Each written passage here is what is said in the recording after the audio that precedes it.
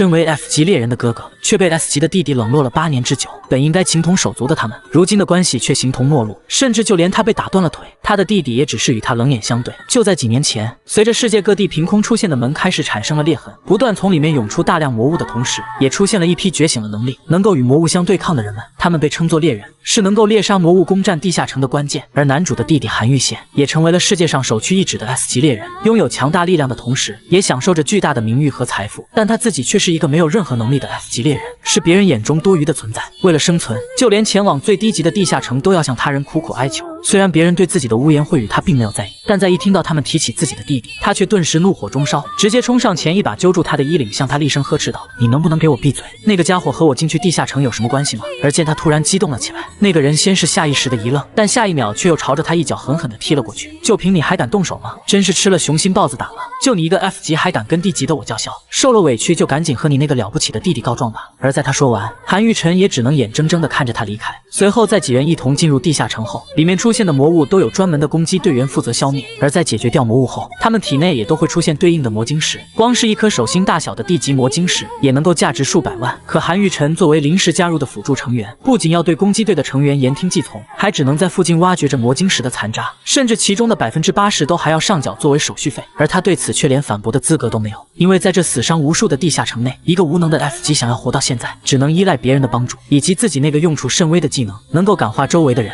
不仅是身旁的至亲，还是信任自己的朋友。只要对他们说出加油2字，他们就能被自己感化，从而给他们提供增益加成。但光靠这种加成，肯定不能够在这种地方让自己活下来，而是依靠他背后的隐藏技能。最后的报答，能够将感化目标的技能和能力值双倍转移到自己的身上。但这个技能同时也充满着不祥，因为这个技能一旦发动，也就意味着感化的目标在那一刻已经死亡。见到这一幕，韩玉晨也立马杵着拐杖一瘸一拐地冲了过去，因为附加技能的发动，也意味着感化目标已经死亡。看着眼前流淌过来的血液和倒在血泊中的老板，韩玉晨的脸上也顿时写满了惊愕。可还没等他从那一幕缓过来，一声惨叫却吸引他抬头看了过去。只见一只体型硕大的毒咒巨龙，嘴里正叼着之前挑衅自己的攻击队成员，看着他的身体被活生生的撕成2半，那从空中倾泻下来的血液也让他恐惧的无法动弹。而同时他也不禁感到疑惑，身为被判定成无法被猎杀的巨龙，至今都没有人能够打败他，为什么这种级别的魔物会出现在这种地方？可根本没给他思考的机会，巨龙却已经张开那血盆大口朝他袭来。而韩玉晨也只好利用从老板那得到的骨骼强化，径直朝着出口冲了过去。但这时巨龙却已经飞到他的前面，直接挡住了出口的道路。随着他一击尾鞭袭来，韩玉晨刚想着用强化骨骼进行抵抗，可下一秒却还是被狠狠地击飞数米之远，顿时口吐鲜血。与此同时，老板死之前的记忆也开始不断流入自己的大脑之中，那种面对强敌的无力感让他只能感受到无尽的绝望。本就摔断的双腿，再加上身体的重创，就算面对巨龙的逼近，也丝毫没有逃跑的余地。但正当他准备接受死亡时，巨龙的身体却袭来一阵剧烈的爆炸，而及时赶来的 S 级猎人韩玉宪也将他远离了巨龙。而没等他来得及多问，韩玉宪也直接抄起长剑，发动了技能蓝色柳叶，瞬间一跃就来到了巨龙的上空。在他将魔力附身在剑身上时，下一秒也直接朝着一只龙头上猛地刺了过去。但在这时，另一只龙头却开始朝他喷射出剧毒的毒液，这也让他连忙躲避开来。但看着那溅射的毒液即将靠近哥哥，韩玉宪也瞬间来到了他的面前。可就算有巨人盾牌的防护，还是有一部分毒液溅射到他的身上，剧毒带来的灼烧感让他疼得直冒冷汗。与此同时，就连剑身也逐渐被剧毒侵蚀。但尽管如此，韩玉宪也只能不断的发动攻击，因为一旦停下来，面临的将只有死亡。而这时他也朝着韩玉晨厉声呵斥道：“你怎么又进入地下城了？你腿都断了，难道还没清醒吗？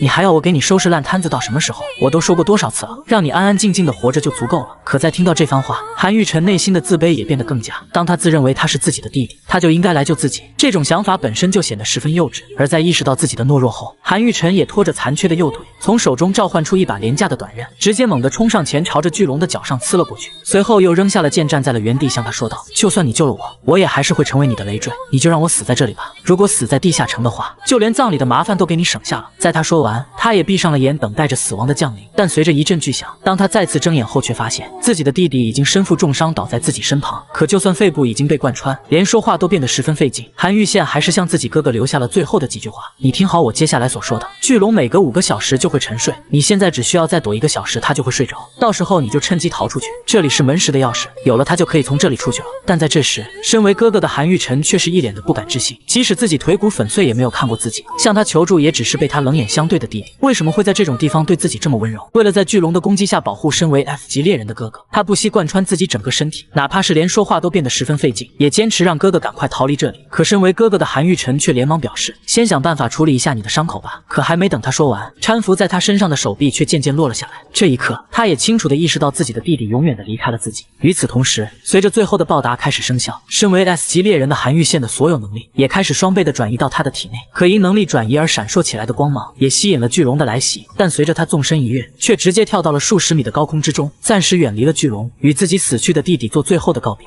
可这时，随着力量不断进入到他的体内，同时弟弟之前的记忆也逐渐流入自己的脑海，而在那记忆的碎片中，也能很清晰地看到韩玉宪为了不让哥哥成为自己的弱点，强行装作疏远他的样子，同时在他身旁安插护卫，随时汇报他的情况。而在他伤到腿后，也强忍着不和他见面，只是在背地里给了他一点金钱上的帮助。但这样的生活也让他苦不堪言，内心深处不断希望着哥哥能够不再前往地下城，再去面临那种未知的风险。而在记忆中断后，韩玉成也才意识到自己的弟弟并没有抛弃自己，反倒是在保护自己，因为自己的无能让他生活的苦不堪言。而在之后，韩玉成也将利用弟弟生命最后一刻的力量，不断朝着巨龙宣泄出来。在原有力量的双倍加持下，巨龙也被他硬生生砍成了两半，彻底将他解决。而此时天空也下起了大雨，掉落在地面的已经分不清是雨滴还是泪水。随着最后的报答持续时间即将结束，自己最终也会因巨龙散发出来的毒气而亡。但正当他准备就这样面对死亡时，眼前却突然跳出来系统弹窗，因为独自狩猎了不可消灭的巨龙，因此被授予了传说级称号屠龙者。但除了前面丰厚的奖励，最后一个能够实现任何愿望的许愿石却让他瞪大了双眼。但正当他想问能不能复活自己的弟弟，系统却提示许愿石并不能让已死之人死而复生，这也让他立马抱怨了起来。但在他思索片刻过后，通过愿望石或许能够让自己变得比韩玉宪更加强大，成为一个比所有人都要强大的猎人，享受那无人可及的名誉和荣耀。但正当他幻想着那样的美好时，他却依旧脱口而出许出了自己的愿望，让我回到我弟弟死之前的时候，不，干脆就回到还没有任何人觉醒的时候吧。对此我并不会后悔，比起那些虚无缥缈的名誉，自己的弟弟更加重要。随着许愿石闪过一道刺眼的光芒，下一秒玉晨也猛地惊醒过来，而看向四周却发现这里是玉县工会的办公室，拿出手机也确信自己真的回到了5年前。而在这时，随着大门被打开，一个熟悉的声音也从耳边传了过来，哥哥，不是跟你说过吗？你要让我说几遍你才记得住。而见到弟弟再次出现在自己的面前，忍不住泪水的玉晨也立马冲上前抱住了他，不断向他道歉，是我太不懂事了，对不起，身为哥哥我应该先理解你的。而见自己的哥哥突然变成这样，自己也紧紧地抱住了他，虽然有些难为情，但兄弟情同手足，现在还有能够挽回的余地。但正当他想要忘记觉醒猎人，安分守己的作为一个普通人该做的事情时，却发现眼前突然跳出系统提示，这也顿时让他一愣。与此同时，称号以及发动的附加技能也接连跳了出来，让韩玉宪成长的速度双倍增加。而这也不禁让他感到疑惑，眼前这个比 S 级还要高的传说级称号，但随着他点开一看，这个称号所携带的技能也全都浮现了出来，每一个都是传说级的技能，几乎能够抵御任何剧毒以及精神方面的伤害。而这也让他不禁暗自窃喜，难道自己重生后能够成为 S 级猎人？但正当他幻想着救其弟弟于危难之中的景象，备受弟弟的仰慕时，打开属性窗，却发现自己的所有属性依旧还是 F 级，这也顿时让他感到一脸欲哭无泪。为什么拥有了这些技能自己还是这么弱？仅仅只是让自己养育者的称号同样变成了传说级，但在当他点开一看，却发现养育者同样也多出了几个技能，其中一个能在感化对象听到关键词后，成长的速度会变得更快，而另一个技能则是能够在感化对象理解关键词的意思后，再次提升1倍的成长速度。这两个技能效果叠加在一起，足足能够让韩玉宪的成长速度加快2倍以上，短短几年的时间就能够让他成为最强的 S 级猎人。而自己作为 S 级的养育者，也享受着同等的待遇和名誉。但正当他沉迷于未来景象的幻想中时，关键词的确定却让他更加苦恼了起来。一想到自己到处和周围的人说这种关键词，别说感化，甚至还会和凡凡一起吃上牢饭的。可随后在他一脸低落的点开最后一个技能时，却发现这是一个能够确认还未觉醒者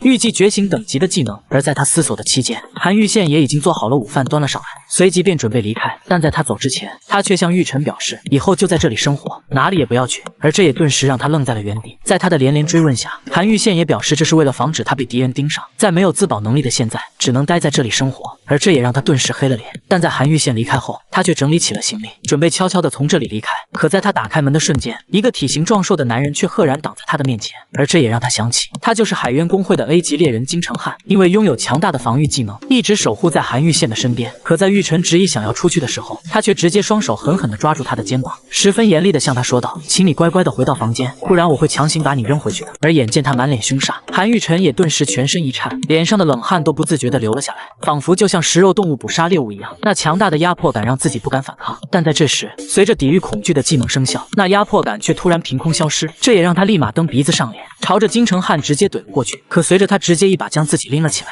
韩玉晨也才意识到，就算有了技能，也只不过是让自己的胆子变大了一点而已。但正当他挣扎着想要摆脱他的束缚时，技能希望的萌芽却自动发动了起来，而这也让他立马抓住金城汉的脸，看着眼前他的属性面板，有机会能够觉醒成 S 级猎人，自己或许能够帮他一把。而正在这时，系统也跳出提示，对象属于未完成的状态，使用关键词或许能够让其得到新的 S 级技能，而这也能将他拉拢成为自己人，让自己重获自由。但这并不是问题所在，因为想要技能发动，就需要对他说出关键词“我爱你”。一时间，当他脱口而出这3个字，金城汉顿时脸色一沉，脸上抱起青筋，向他追问道：“韩玉晨先生，你到底想要干什么？”而他眼见技能没有发动，也立马摆出一些奇怪的动作，但这却让金城汉的脸色变得更加难看，转眼就将他直接扔回到了房间。而随着时间到了晚上，韩玉宪也回到了家中，看着哥哥一副死气沉沉的模样，也表示过段时间会将他放出去，但前提是让海渊公会成为世界第1的公会。可这番话却让他变得更加绝望，因为这还需要好几年的时间。但在这时，韩玉晨却想到自己或许能够利用能力做点什么，未来谁能成为顶尖猎人，自己早就已经了如指掌，只要提前将他们招进海渊公会，那么让公会成为世界第1也不是难事。随即他便向韩玉宪提出在外边寻找能够觉醒的顶级猎人，让他们成为自己的专属保镖。随即便来到隔天，他也在商店购买了一些装备，勉强将自己的属性提升到了 C 级的水平，因为之后他所要寻找的目标则是能在3年后成为 A 级猎人，有着冰魔女之称的朴艺玲。但在3年前的现在，他还只是一个学生。随后在2人来到夜市，正当他准备吃下手中的香肠时，耳边却突然传来一声呵斥，转身一看，却发现是一对父子正起了争执。而在争吵中，少女也一把拽下了身上的工作服，朝着人群中跑了过去。但在当韩玉晨看清楚他的身影，却发现他就是3年后能够成为顶尖猎人之一的朴艺玲。随即他便发动了腰带的属性，朝着他逃走的方向追了过去。而在追赶了好一会，韩玉晨也在人群中发现了他的身影，便赶忙上前叫住了他。可他见到韩玉晨就像是见到了鬼一样，又加快脚步朝着马路边冲了过去。但在这时，在他的眼前却突然出现一辆疾驰而来的汽车，眼见马上就要相撞。在那千钧一发之际，韩玉晨却猛地将他救了出来。而为了感谢他的救命之恩，朴艺玲也同意坐下来和他聊一聊。但在对话中，艺玲却对刚刚那个不是父亲的叔叔显得格外抵触，甚至不愿意去自家的烧烤店吃烧烤。而在之后，韩玉晨也说出了自己的目的，并表示他以后能够觉醒成为 B 级以上的猎人，再加上自己身后还有着海渊公会，能够让他占据猎人的一席之地，但前提是要在这张合同上签下自己的名字。而艺玲看着合同上的内容，除了他刚刚所说的，竟然还要担任他1年的保镖，这也让还是学生的艺玲不禁吐槽起来，让一个孩子来保护你，你都不觉得丢人吗？正当艺玲考虑是否成为猎人的时候，一旁却突然传来一声呵斥，转身却发现他的叔叔已经赶到了这里。只见他大步走向前，上来就是劈头盖脸的几声臭骂，并准备强行将他带回去好好教训一顿。可这时韩玉晨却连忙抓住了他的手，因为装备的特性让他在力量上勉强胜过了他。与此同时，韩玉晨也注意到了艺玲的异样，看着他全身上下邋遢的样子，就连鞋子都是破破烂烂，完全不像是个只有10几岁的妙龄少女该有的模样，就知道她寄人篱下的生活并不是很好。而这也让韩玉晨更加坚定了想要带走她的决心，直接含沙射影朝他厉声说道：“原来你会说监护人还不如没有，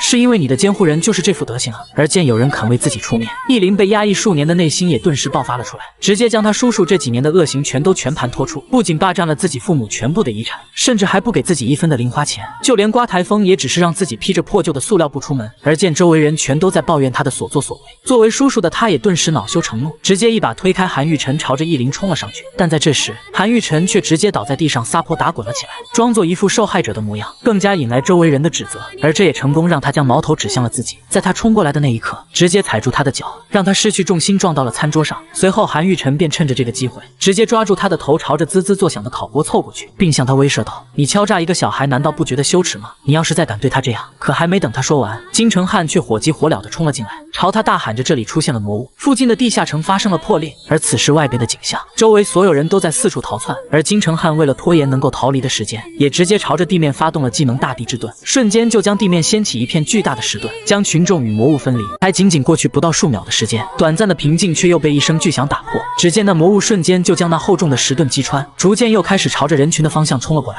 而见此，所有人也再次陷入了混乱，不断朝着魔物相反的方向逃亡。但在这时，艺玲却在逃跑的过程中意外踩住了鞋带，重重摔在了地上。可他的叔叔明明就在他的身边，却并没有选择将他搀扶起来，反倒是头也不回地冲进了逃亡的人群之中。而这时还没等艺玲来得及起身，魔物的触手却已经朝他袭来。但在这时，韩玉晨却及时出现，直接利用餐桌抵挡住了魔物的攻击。而趁着这个机会，他也连忙带着易灵朝着避难所冲了过去。见到这与叔叔截然相反的举动，也让易灵的内心些许感受到了温暖。随后在来到避难所的门口后，韩玉成也准备再次前往魔物的位置，因为那只魔物自己亲眼见过，他们经常会成群结队的出现。虽然单独的一只并不会有什么危险，但在他们同时出现的时候，却能造成很大的威胁。更何况金城汉只是专业的防御猎人，并没有大范围的攻击技能，所以自己必须要去帮他。但正当他准备出发时，易灵却拉住了他，表示要一起去。可这却被韩玉成直接拒绝，因为还没有觉醒能力，现在还不足以参加与魔物的战斗。说完，他便朝着魔物的方向冲了过去。而在之后，在他的指示下，金城汉也操纵周围的地面，将魔物全都包围在了同一个地方。但正当韩玉成想要将 A 级剧毒道具准备扔进去时，却发现里面早已是个空壳。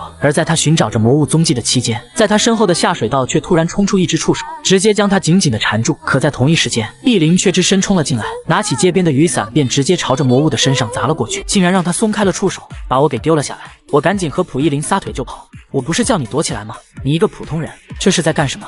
谁知他也不甘示弱的朝我喊着：“大叔，你也不过是 F 级，你这是在干什么呢？”我赶紧对他说：“你现在还小呢，不应该参与这样的战斗。”蒲一灵却说：“就是因为我还小，所以才更需要力量。刚才大叔救我的时候，让我很安心，有一种原来这个人是真的想要保护我的感觉，但却也让我更加气愤，因为我没有保护自己的力量，只能指望着别人来保护我。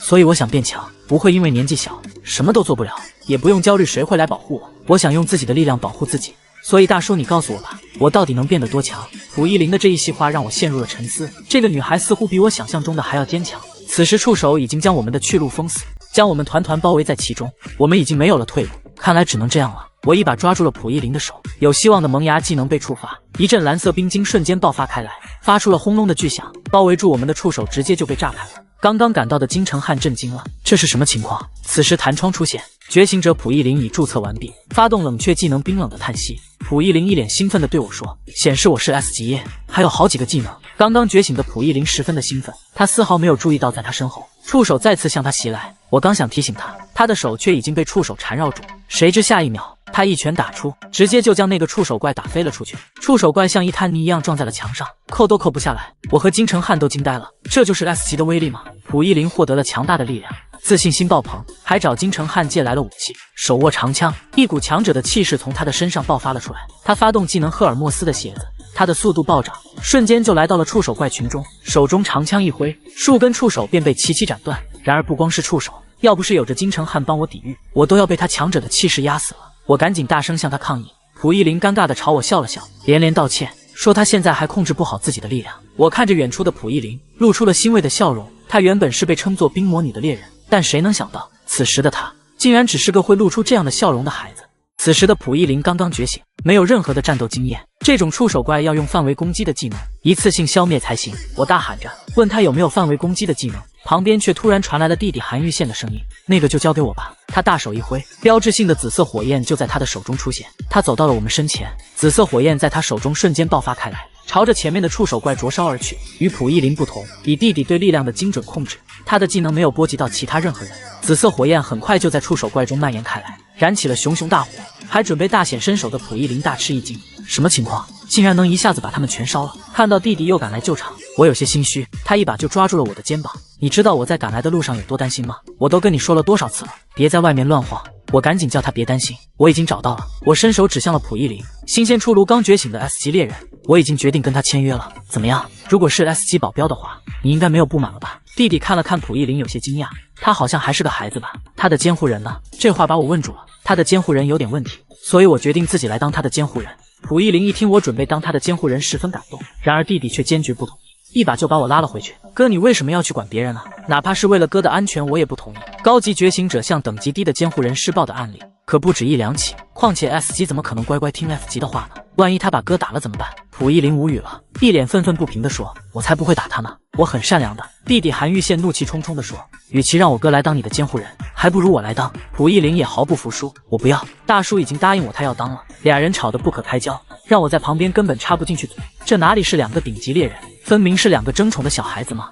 弟弟伸手就把我夹在了腋下，说要带我回家。蒲一灵却抓住了我的胳膊，不让我离开。我 F 级脆弱的身体哪里经得住两个 S 级觉醒者的拉扯？只听咔嚓一声，我的胳膊好像断开了。俩人知道闯祸了，一下子都消停了。我伸手一指弟弟，脸色严肃地说道：“韩玉宪，哥哥，我就是这么教育你的吗？监护人的问题是意林的事情，你凭什么插手？而且你身为工会会长，我找来了 S 级猎人，你不是应该高兴吗？随后我又伸手指向身后的金哲瀚，还有为什么要回家？这里都不用收拾吗？金城瀚先生还在可怜巴巴的等着呢。作为工会会长的你，赶紧先去工作呀！弟弟见我好像生气了，这才老老实实的先去处理这里的善后工作了。见弟弟被我骂走了，蒲一林像个胜利者一样站在我身后，还一脸气愤地说：“海渊工会会长什么情况？跟我以前所了解的形象完全不同吗？好家伙，以为他就没事了吗？”我转身一指，叫他不要吵，老老实实坐过去。我将他刚刚跑掉的鞋子捡了回来，一边俯身帮他穿上，嘴里一边骂着他那个混蛋叔叔，竟然给他穿这么破的鞋子。蒲一林脸上笑开了花，你觉不觉得这种情况有点令人心动啊？电视里不是经常会有？蒲一林话没说完，便发现有只苍蝇落在了我的头上，抬手一巴掌就朝着苍蝇打了过去，连带着把我也给拍飞了出去。我去，何止是心动啊，简直是让人心脏砰砰直跳。蒲一林赶紧连连向我道歉。我之所以想要帮他，是觉得他遇到的很多事情我都能感同身受。父母过世后，我和弟弟也过得很辛苦，我那时也在想，如果能有可靠的支撑就好了。虽然我可能看上去并不是那么可靠，蒲一林却笑嘻嘻地说：“我觉得大叔很可靠啊，总之以后就拜托你了，监护人大叔。”我抬头看着蒲一林，微微一笑。虽然我无法像你父母一样爱你，不过蒲一林，我爱你哦。此时弹窗出现，觉醒者蒲一林已被关键词感化。蒲一林红着脸扑哧一笑，干嘛突然说这么肉麻的话呀？无论如何，我和蒲一林签订监护人协议的事情就算是定下来了，但还有一个大麻烦没有解决。此时蒲一林的叔叔气喘吁吁地跑了过来，他知道了蒲一林觉醒 S 级的事情，立马就虚伪地对蒲一林嘘寒问暖了起来。但一听到蒲一林说要跟我签约，并从家里搬出来后，他就又露出了本色，满脸暴怒的坚决不同意。我却直接拿出了手机，里面录下了他刚刚在烤肉店说的话，再加上店里的监控视频，可以证明他并不是一个称职的监护人。然而他怎么会那么轻易放过手里会生钱的金蛋，一直还喋喋不休地与我吵个不停，甚至想抢我手里的手机。被我躲过后，便恼羞成怒地抓住了我的衣领。他只是一个普通人，我并不想和他动手。谁知这时蒲一林却愤怒的一把将手里的雨伞插在了地上，把我和他叔叔都给吓到了。我赶紧提醒他，觉醒者是不能对普通人动手的。然而蒲一林没有动手，而是笑嘻嘻地玩弄着手中雨伞。那么一把大伞直接被他轻松折成了两半。虽然他一直露着笑容，但他身上流露出的压迫感却让他叔叔感觉就像是一头猛兽站在了他的面前。还好我发动了抵御恐惧的技能，才没有受影响。这压迫感不愧是 S 级啊！蒲一林将手里的雨伞揉成了一团，随手丢在了地上。他的叔叔已经被吓傻了，扑通一声跌坐在了地上。蒲一林俯身把头凑到了叔叔的耳边，低声地说：“我本来想把我所遭受的悉数奉还给你的，但我现在打算就这么算了，因为无关紧要。叔叔，你不值得我在意。”随后他直起身来，居高临下的继续说着：“以后你也要一直这样无关紧要下去，不然我可是不会放过你的。”我们来到了蒲一林使用的训练室，没想到本来设计时就能承受 S 级力量的训练室，竟然被他破坏的惨不忍睹，就像是刚经历了一场战争一样。此时的蒲一林一拳打在地面上，地面的石板立刻皲裂开来，四周乱石飞溅，一脚踏在地上，一道道黑色阴影立刻朝周围蔓延开来。当黑色阴影蔓延到我的脚下时，我立刻感觉到自己的身体突然动不了，很快黑色阴影就将我的全身包裹住，我感觉自己浑身的力量都被抽去，顿时就倒了下去。弟弟赶紧抱着我大喊：“哥，你不要死啊！”此时一心训练的蒲一林才发现我们的到来，我看着面前的一头利落短发、青春靓丽的蒲一林，都有些不认识了。弟弟说造型师给他做了新造型，毕竟他现在是 S 级猎人了，还有电视台的人要来采访他。蒲一林说他正在试各种技能填写资料，等下要把注册资料提交到猎人协会。作为 S 级猎人的蒲一林拥有4个技能，除了之前用过的冷冻技能冰冷的叹息和可以飞行与短距离瞬间移动的赫尔普斯的鞋子，还有无影之咒是个范围性的 buff 技能，可以使想要的能力值和属性技能效果大幅增长，还可以吞噬对方的影子，减缓对方的动作，增加相应的 buff， 也就是说可以吸收周围的力量变得更强大。刚刚就是这个技能把我的力量都抽走了。还有最后一个技能叫白色尸体，可以从尸体上套取情报。我告诉他，注册时没必要写清所有技能，要留一手比较好。我在他的注册资料上修改，把白色尸体技能隐瞒了，其他技能的效果也只写了个大概。蒲一林一脸崇拜地抱住了我的胳膊，大叔你真的懂好多呀，像专家一样。谁知弟弟却一下挡在了我的身前，我哥是为了我才去查各种资料，对这些很了解的，所以请你注意保持距离。随后俩人又喋喋不休地吵了起来，这两个家伙怎么回事？怎么一见面就吵架呀？这个男人气势汹汹地闯进了我的房间，一伸手就叫我把那天买的东西交出来。我傻眼了，难道是我从猎人购物中心买的东西太多了吗？我还以为那些钱我都可以花你。弟弟韩玉宪却气呼呼的叫我把买的黑毒物丸交出来。他伸手抢过我拿出来的毒丸，随后竟然冲上来一把抱住了我。原来弟弟以为我是怕被他的敌人抓去，成为他的弱点，所以才买了这个。万一成为人质，就自己服毒，这误会大了呀！我是想买来自己偷偷攻略地下城的时候用的，但看他一脸感动的样子，我只能沉默，让他误会下去了。今天是正式向大众公布溥仪林 S 级猎人身份的日子，他是国内第8位 S 级战斗猎人，各路媒体都跑来争相报道。本来溥仪林还想叫我一起参加，但我对人多的地方有很多不好的回忆，并不想参加这种场合，而且我也不可能应该都陪在他的身边。他现在出名了，会过上丰富多彩的日子，很快眼里就会没有我了。不过他以后会自己好好生活的，这才是最棒的。这个世界与我熟知的那个世界已经发生了许多变化，原本未来那个高傲冰冷的冰魔女溥仪林已经不知所踪，现在在这里的是自信爱笑的学生猎人溥仪林。还有几天前的地下城破裂，也是原本没有发生过的事。不过我现在也管不了那么多了，只要是好的变化不就好了吗？今天既然来了猎人协会，我就打算四处观察一下，看看有没有不错的新人。不过我用有希望的萌芽四处看了看，基本上都是D级或者1级比较多。果然 S 级不是那么好遇到的。可这时我突然眼睛一亮，那个男人是怎么回事？我不顾金城汉的阻拦，直接冲了出去。我急急忙忙地跑到他身边，一把就伸手抓住了这个满脸落魄的男人。男人一脸茫然地回过了头，你是谁？此时弹窗出现，觉醒者刘明宇，目前等级 F， 可觉醒等级 F， 可掌握的最佳初始技能 SS 级。你敢相信吗？这个男人的觉醒等级虽然只有 F， 但却可掌握 SS 级初始技能。金匠铺的主人，光从名字就能看出来，这是装备制造相关的特殊技能。这种可以自己制造装备的 SS 级匠人，哪怕是5年后也没有出现过。只要能掌握这个技能，全世界的人应该都会拿着钱过来，跪求眼前这个有些驼背，看上去饱受世间磨难的人吧。这种人才我可不能错过呀！因为系统提示，我知道了这个男人叫做刘明宇，所以我走上前去，故意叫他的名字，装作和他认识，与他套近乎。因为注册觉醒者可以拿到100万的补助金，所以他正打算去猎人协会注册，我却一把抓住了他的手，提议叫他跟我一起工会接受基础教育。谁知金城汉却气冲冲地拉住我的衣领，他说只有工会成员才能接受新手猎人教育。刘明宇一眼就认出了名气不小的金哲汉是海渊工会的人。我被金哲汉像抓小鸡仔一样抓在手里，却笑嘻嘻地对刘明宇说，其实海渊工会的会长是我弟弟。刘明宇惊呆了，瞬间就觉得刚刚还平平无奇的我是那么的耀眼。我紧紧抓住他的手，对他说，只要他能来接受工会的基础教育，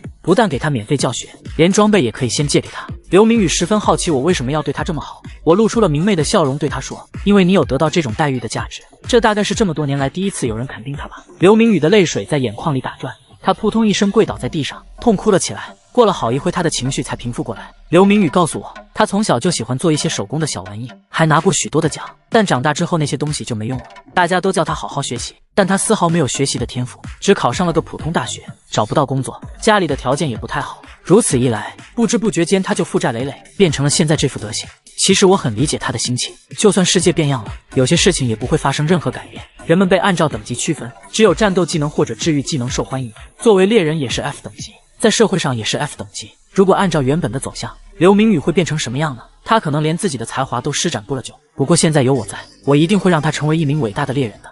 就在刚刚，我遇到了拥有 SS 级特殊制造技能的刘明宇，他是一个快被生活压垮的男人，就如同之前的我一样。我拍了拍他的肩膀，对他说，你要自信一点，如果你一直这样畏畏缩缩，以后可是要花钱做脊椎手术的。随后我高举双手朝着江边大喊，你要永远相信自己很厉害，只是别人不知道罢了。接着我转头对他说，我爱我自己，我也爱你，我的朋友。此时弹窗出现，觉醒者刘明宇已被关键词感化，本以为说服了刘明宇，这件事情就可以定下来了，谁知我却遇上了这个死板的石石明。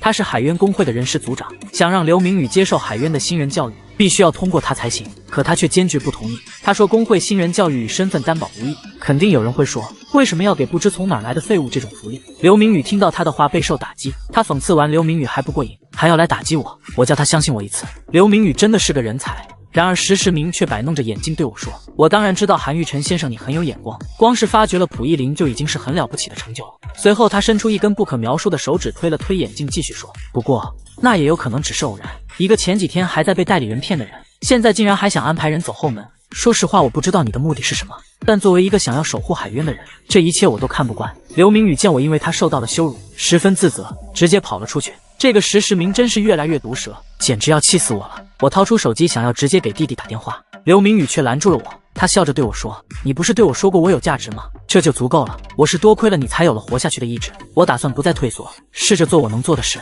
其实也有会给像我这种 F 级猎人安排工作的地方，他们说会来这里接我。说话间，一辆黑色面包车停到了我们面前，刘明宇笑着朝着面包车走了过去。车上坐着3个虎背熊腰还纹着纹身的壮汉，这些人看上去好危险啊。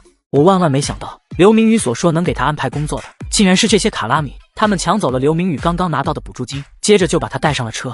我十分担心，忙问他们要把刘明宇带到哪里去。3个卡拉米露出满脸的凶相，恶狠狠地问我想要干什么。我尴尬一笑说，因为我也想一起去。随后我就被他们一起带上了车。这时我才知道，因为刘明宇欠了他们的高利贷，所以他们打算带他去签矿工合约。我以前也被这种合约坑过，他们把没有装备也没有经验的 F 级猎人塞进地下城里，趁正式工会成员们狩猎的时候采集魔石，然后以收保护费为由拿走7到8成收入。如果运气不好的话， F 级猎人经常会被怪物攻击受伤或者丧命。我看了看坐在旁边的刘明宇，未来的你难道就是流落到这种地方后，连自己的才华都没能施展，就死去了吗？很快我们就来到了这群卡拉米的据点，一到这里他们就一改之前还算和善的态度，对着刘明宇就是一顿拳打脚踢。刘明宇十分自责，因为自己的事情把我牵扯到这样的事情里。这时一名老大模样的卡拉米拿出一纸合约叫我们签约，果然我能拿到的只有收入的20%，刘明宇就更惨了，只有10%，而且这种合约是特制的觉醒者合约，如果随意违反会遭到地级诅咒，但地级诅咒对我来说根本不是问题。既然已经知道了这帮人的目的，我直接当着他们的面把合约撕毁了。果然我受到了地级诅咒，但因为我拥有 L 级的地狱诅咒技能，所以根本没有受到任何伤害。旁边的卡拉米都惊呆了，根本没想到我竟然敢撕毁合约，而且还没有收到任何诅咒。此时我飞起一脚，直接踢在了那名老大的脑袋上，将他踢飞了出去。接着我把他的头按在地上，一顿老拳打过去，直接给他打得昏死了过去。这时旁边的卡拉米全都围了过来，叫嚣着说我今天别想活着离开这里。但我却十分淡定地拿出了手机，在25分钟之前我就已经给金哲瀚打了电话，现在他应该很快就要赶到这里了。就在刚刚，我直接撕毁了附加诅咒的合约。地级诅咒对于拥有 L 级抵御诅咒技能的我没有任何作用。旁边几名卡拉米见状全都围了上来，打算一起围攻我。就在这时，一个男人突然出现，双手生生撕开了紧闭的铁门。他抬起拳头，一拳挥出，直接将一名拿着铁棒准备攻击我的卡拉米打飞了出去。砰的一声，他重重摔倒在了地上。旁边的几名卡拉米全都惊呆了，来的人正是 A 级猎人金城瀚。就在上了他们的面包车时，我就偷偷按下了通话键，我还很清楚地描述了这是什么地方，所以金城瀚很快便找了过来。此时又有2名卡拉米从背后朝着金城瀚袭来，金城瀚头都没回，一拳就打在了其中一人的脸上，接着就反手一拳打在另一人的头上，俩人都毫无悬念的全被打飞了出去。一名卡拉米还不死心，掏出了一把匕首，朝着金城瀚刺了过去。然而下一秒他就惊呆了，匕首划过金城瀚的身体，却仅仅把衣服划破了，而他的身体完好无损。你该拿个对 A 级有用的武器来才对啊！金城瀚阴沉着脸，曲着中指伸出了右手，仅仅一个脑瓜崩，那名卡拉米就砰的一声，直接被弹飞了出去。这时旁边有人认出了金城瀚，就是海渊公会的 A 级猎人，知道了实力的差距，这些卡拉米全都老实了。金城瀚一句跪下，这些卡拉米全都老老实实的跪在了一旁。金城瀚问我要怎么处置这些人，我看了看柜子里那一堆他们跟别人签署的合约，俗话说以眼还眼，以牙还牙，我直接写下了一份 S 级合约，如果违约就会受到 S 级诅咒。我将合约拿到了那名老大的身前，老大一看合约直接傻眼了。合约与他们和那些 F 级签的一样，都只有获取资源10%的收入，签约年限是50年。几名卡拉米窃窃私语地说，这不就是让我们去死吗？那名老大也说，这种奴隶合约我们是不会签的。他话还没说完，我便把手中一堆的合约全都丢在了他的脸上。既然知道是奴隶合约，那你为什么要与这些 F 级的人签？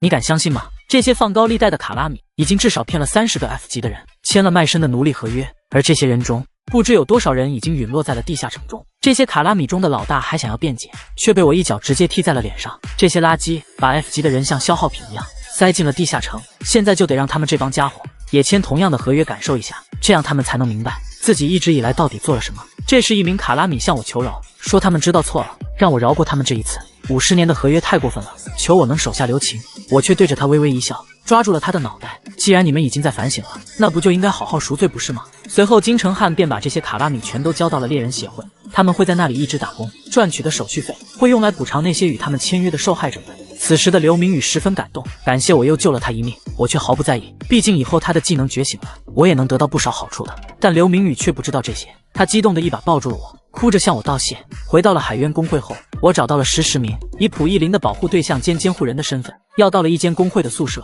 说是宿舍，但实际上却是一间高级公寓，整套公寓有4个房间。在接受工会新手教育期间，我就可以住在这里了。最关键的是，这间宿舍外人虽然不能住，但住家保姆是可以住在这里的，这就可以让刘明宇接受完教育后，假装保姆与我一起住在这里。刘明宇一听到我这主意，立马又感动的稀里哗啦的，又扑上来抱住了我。我一脸嫌弃的叫他离我远点。晚上把刘明宇安顿好以后，我便打算先偷偷回弟弟家，将我的行李搬出来。谁知我一打开大门，金承汉竟然又守在了外面。什么情况？难道弟弟又派他过来，要把我关起来吗？然而金承汉却说，我这次来找你是有别的事，不必多说了，快跟我来吧。见金承汉这么说，我松了口气，跟了上去。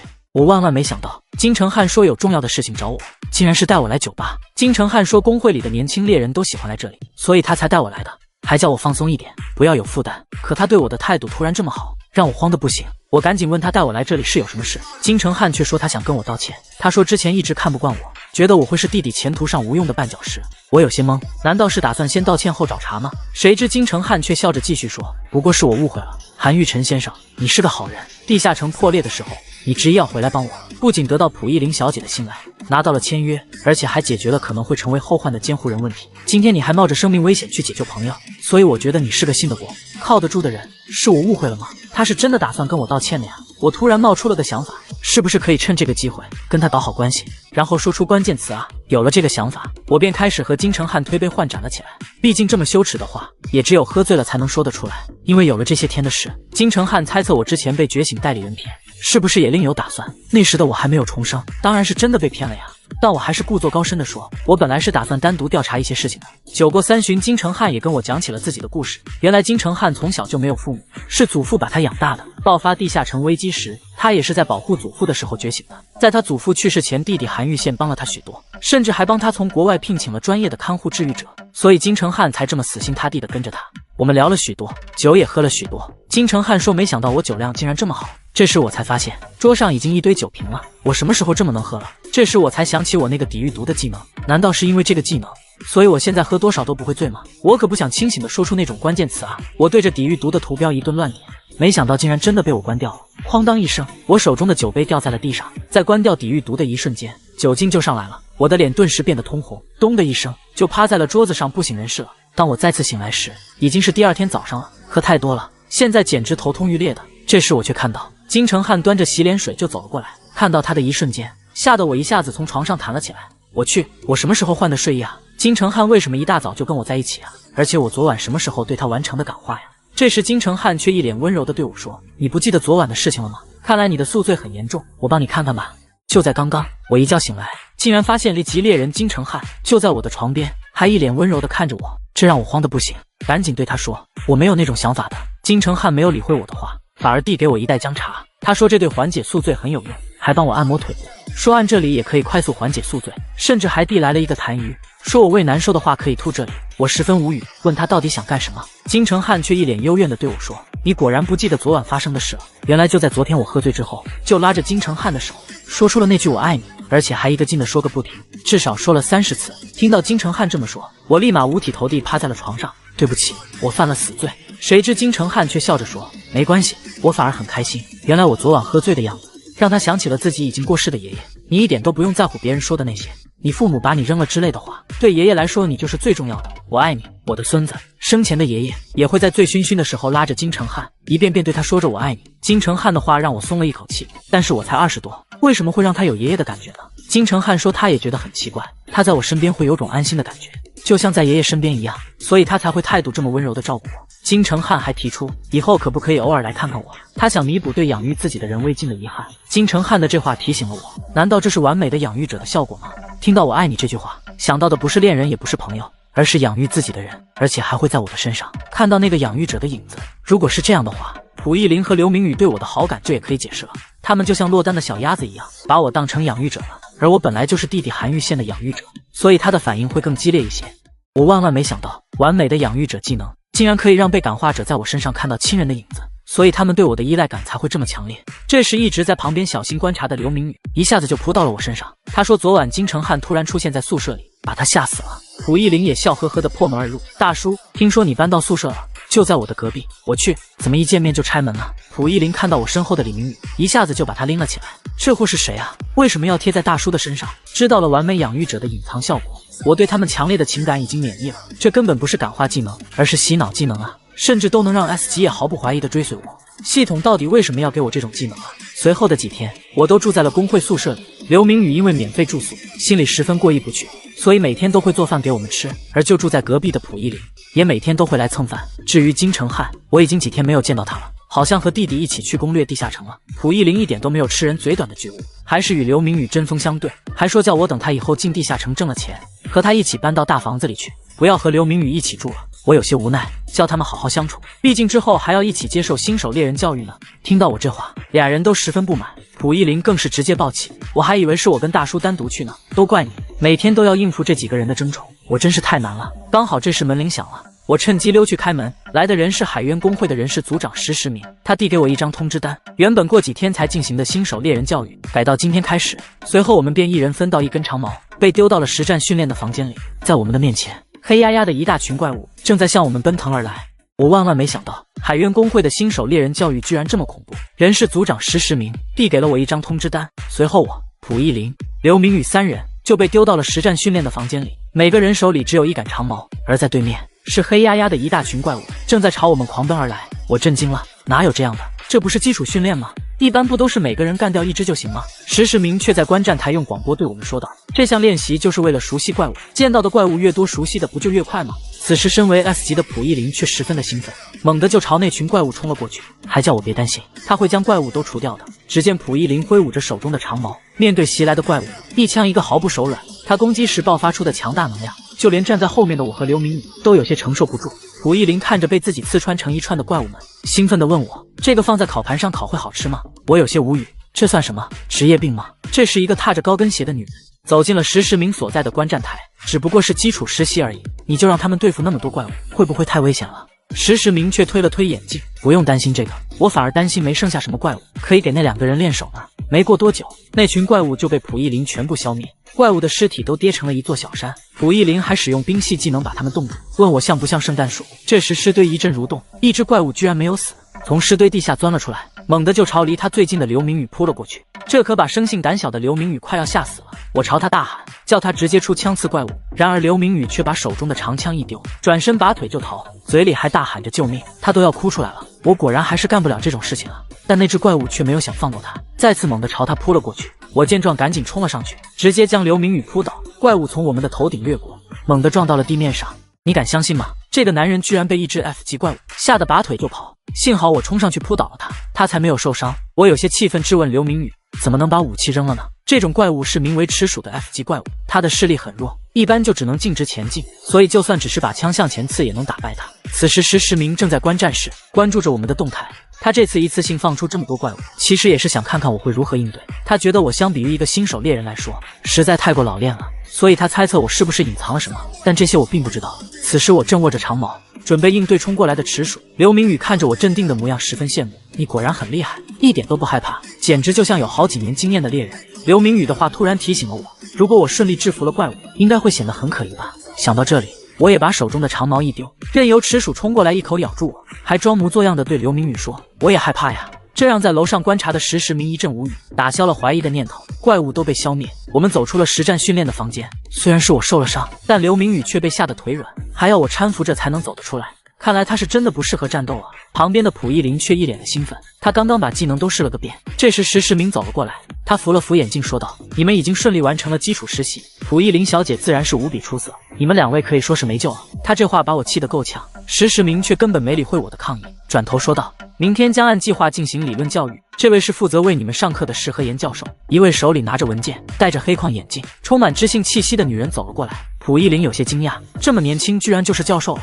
我也很惊讶，因为这个人我认识，他是地下城学的权威，发现了地下城生成规律的年轻天才。而且让我没想到的是，这样的人居然是人事组长石明侄女。石和岩笑着朝我伸出了右手，因为研究需要，所以我暂时会待在海渊，以后我们应该会经常见面，请多多关照。我的脸顿时就红了，伸手握了上去。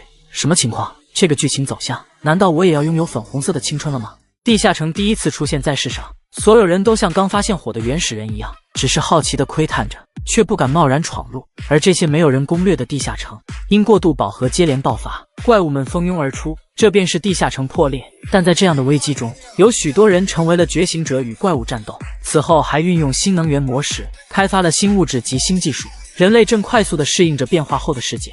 为了管理觉醒者，世界各国新设了猎人协会，大部分猎人隶属于协会或者工会，而国内的 S 级猎人主要跟企业联手建立大型工会进行活动。讲台上的石河岩教授正在孜孜不倦地对我们3个进行着新手猎人理论教育。我也是第一次系统的学习猎人知识，虽然很多我都知道，但这样听又有一种新的感受。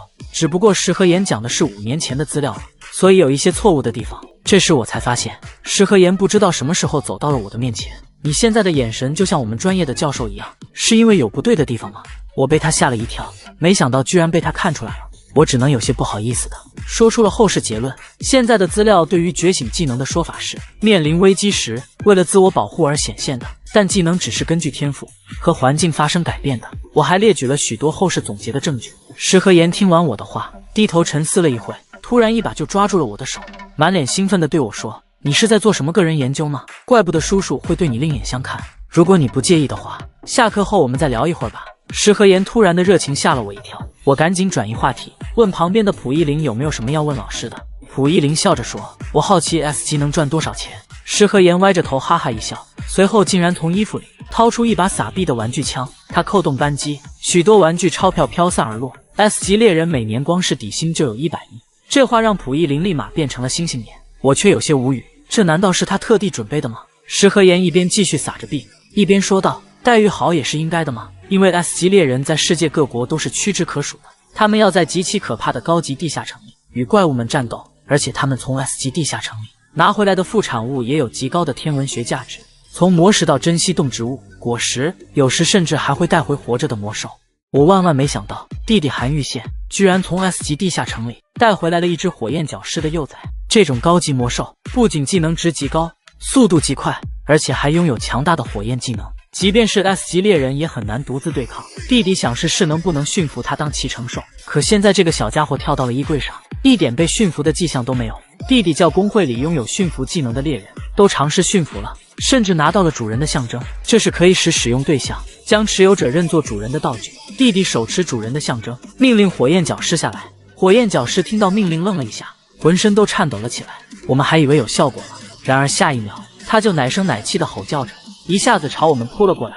弟弟赶紧挡在了我身前，叫我后退，接着大手一挥，一道紫色的火焰就朝着火焰角狮烧了过去。猛烈的火焰将角狮笼罩，然而火焰攻击对火焰角狮根本没用，他依旧朝着弟弟扑了过来，伸出他的小爪子对着弟弟一顿抓挠，最后脸上破相，衣服也被抓破的弟弟还是抓住了他的后脖颈，随后就将他关在了外面的庭院中。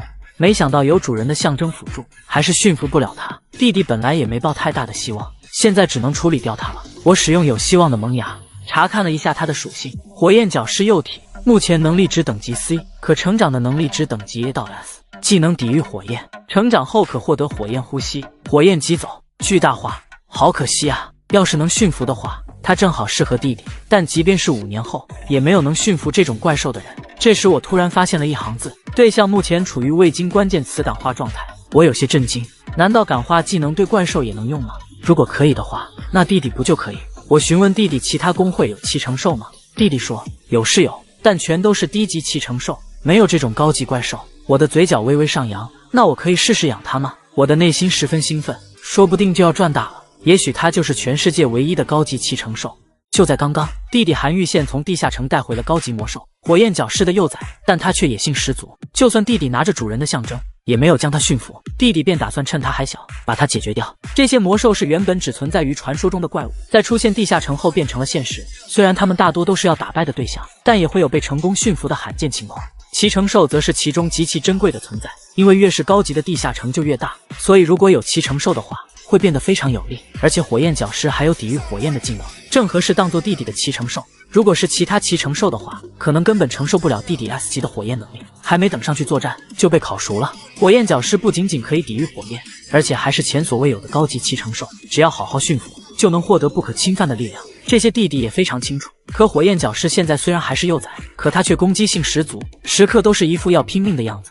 弟弟问我打算怎么驯服他，我微微一笑，就先从食物下手。如果喂他吃好吃的，肯定能讨好他。可弟弟却说他要吃怪物的肉，还要跟魔石混在一起，他才肯吃。一顿饭要吃1块 C 级魔石，我当时就一口老血就喷了出来。1块 C 级魔石的价格可是1000万啊！我忍痛在切碎的怪物肉上撒上了魔石粉末，做出了一份饱含我的诚意，也饱含我的财产的豪华魔兽饲料。看着火焰角狮吧唧吧唧的吃着饲料，我感觉我的心在滴血。哪怕一天只吃1顿，1个月也要花3亿，1年就是36亿6千万。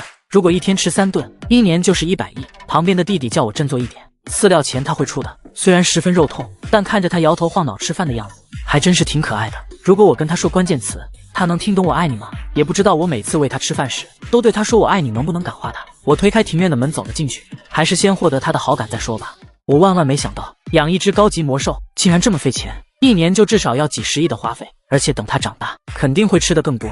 还好弟弟韩玉宪说饲料钱由他来出，我打算先获得火焰角狮的好感。我打开庭院的大门走了进去，刚刚还在安静吃饭的火焰角狮，一看到我靠近，立马一脸凶狠地朝我扑了过来。我赶紧拿出了提前准备好的 B 级腰带，他一口就咬了上去。我打算喂饭后，再用陪玩的方式跟他亲近起来。我可是专业打工人，宠物医院的兼职也做过的，像这样陪小动物们玩拔河游戏，他们都可听话了。可是我没想到，和火焰角狮玩拔河游戏有点要命啊！他咬着腰带，一顿摇头晃脑的，把我整个人都甩了起来。弟弟一脸紧张的冲了进来，我从地上爬了起来，叫弟弟不要担心。我拿出主人的象征，伸到了火焰角狮的面前。原本一脸凶狠的他，突然就变得温驯了起来。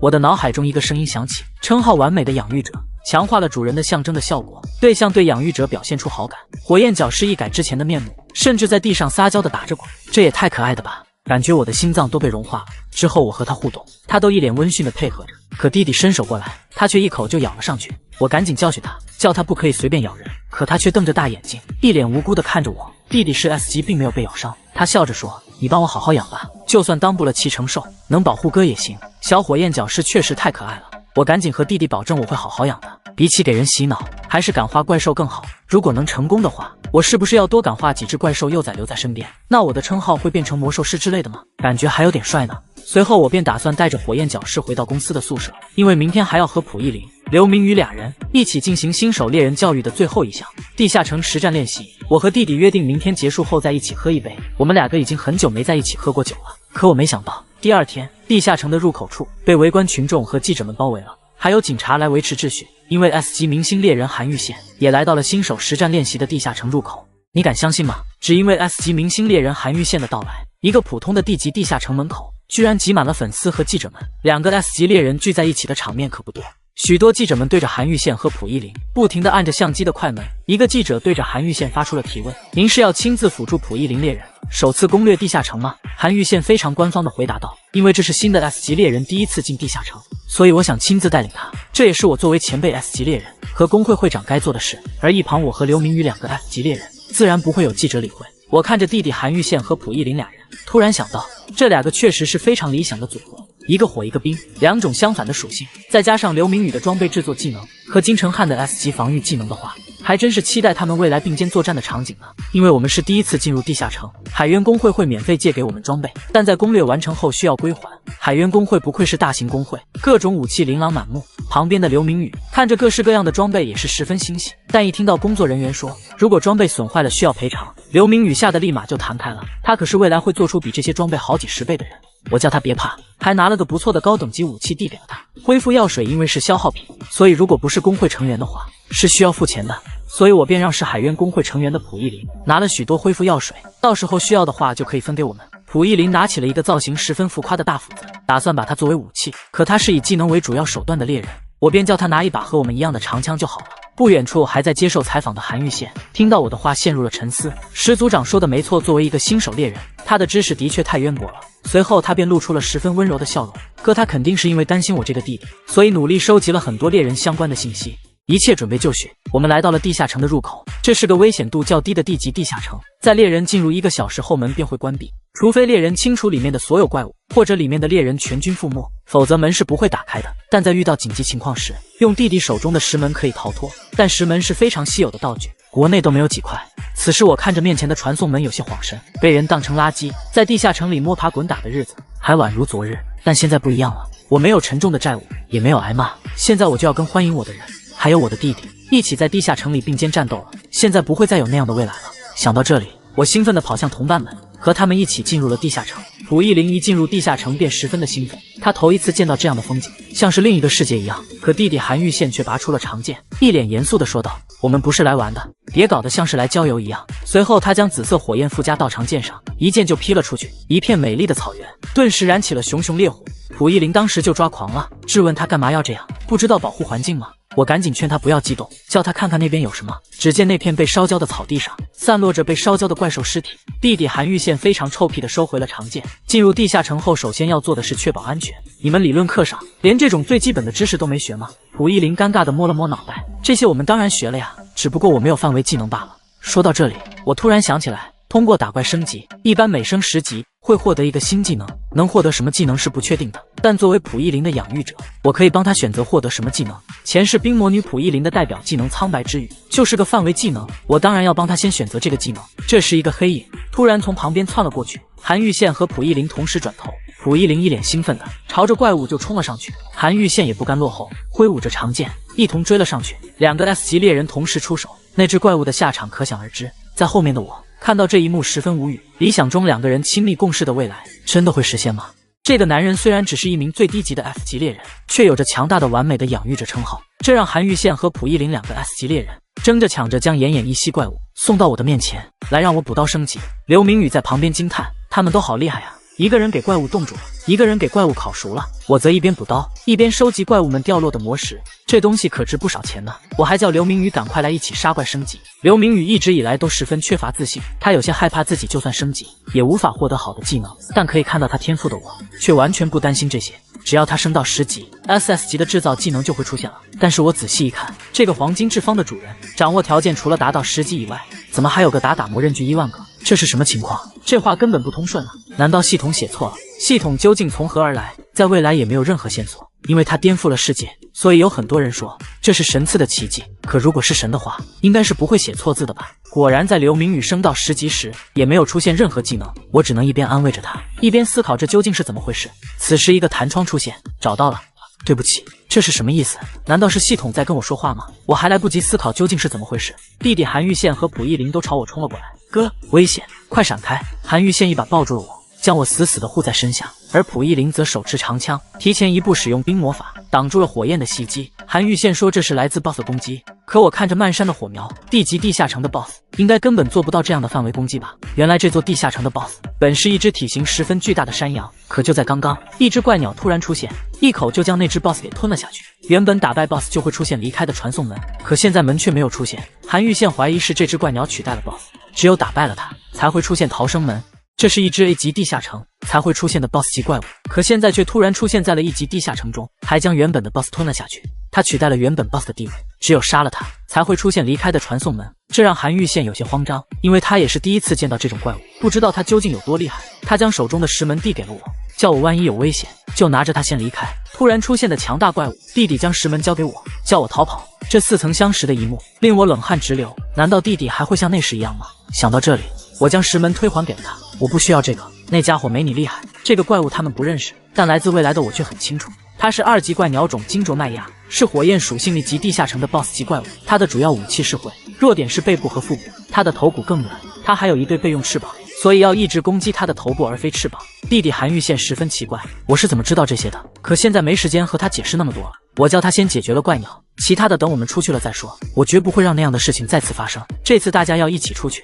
我叫蒲一灵用叹息技能设置一道屏障，蒲一灵立马发动了技能冰冷的叹息，一道雪花形状的法阵出现，将我们全部都笼罩在了里面。有了蒲一灵的保护，我叫弟弟放心去解决那只怪鸟，但是弟弟还是有些担心，将门石硬塞给了我。随后他就挥舞着长剑朝着那只怪鸟冲了过去。弟弟韩玉宪拥有强大的火焰抵抗能力，所以扛得住那只怪鸟的火焰攻击，而且他虽然没有飞行技能，但却有类似效果的技能，一定可以对付得了这只怪鸟的。此时那只怪鸟吼叫着朝着地面上的韩玉宪冲了过去，但韩玉宪早有准备，稍稍闪身便躲过了长卓的袭击，而这也是韩玉宪想要达到的效果。他趁怪鸟落在地面，挥起长剑，一剑就狠狠朝他劈了下去。这一剑直接就将他的一只翅膀斩断了下来，但他的翅膀很快就又重新长了出来。我十分不解，他为什么要斩翅膀？刚刚只要跳起来攻击他的脑袋，应该一击就能结束战斗了呀！只要用蓝色柳叶就能替代飞行技能了呀！难道他现在还没有那个技能？这不可能啊！此时与韩玉宪缠斗了半天的怪鸟，却突然放弃攻击他，转而朝着我们所在的方向袭来。我万万没想到，一个普普通通的1级地下城，竟然会出现级 BOSS 怪物。这熟悉的一幕令我有些慌张，但这次我绝不会再让那样的事情发生。此时，一直与弟弟韩玉宪缠斗的怪鸟突然放弃了攻击塔，转而朝我们飞了过来。溥仪林虽然也是 S 级觉醒者，但这毕竟是他第一次进入地下城，面对冲过来的怪兽，他也是慌得不行。不过幸好关键时刻，韩玉宪发动技能蓝色柳叶，无数湛蓝色的叶片出现，将那只怪鸟缠绕在其中，限制住了他的行动。我顿时兴奋了起来，他果然可以用蓝色柳叶，那他接下来是不是就会？我本以为弟弟会踩着柳叶，帅气的给予怪鸟致命一击，谁知道他却像个傻子一样挥手，一直指挥叶片纠缠着那只怪鸟。我赶紧朝他大喊：“那个技能不是那么用的，你踩着叶子跳起来呀！”弟弟韩玉宪听到我的话愣住了，他试探着踩在了叶片上，没想到竟然真的可以承受它的重量，将它拖飞起来。韩玉宪顿时兴奋了起来，如果是这样的话，一切就变得简单了。他脚踏蓝色柳叶，飞到了怪鸟的身边。此时怪鸟大嘴一张，一股巨大的火焰能量从他的口中喷射了出来。不过这区区火焰根本伤不了拥有强大火焰抵抗能力的韩玉宪，他不退反进，手持长剑朝着怪鸟冲了过去，一剑就朝他刺了过去。这一剑附带着强大紫色火焰，蕴含着巨大的能量。只听轰的一声，一阵火光冲天而起，整个地下城中都发生了剧烈的震荡。要不是溥仪林用冰冷的叹息抵挡着余波，我和刘明宇说不定都被震飞了。怪鸟遭到致命一击，整个身体砰的一声砸在了地上。弟弟韩玉宪虽然也受了些伤，但却操控着蓝色柳叶稳稳地落在了地面上。此时他兴奋不已，本来没有飞行技能是他最大的遗憾，却没想到居然可以用蓝色柳叶来替代飞行技能。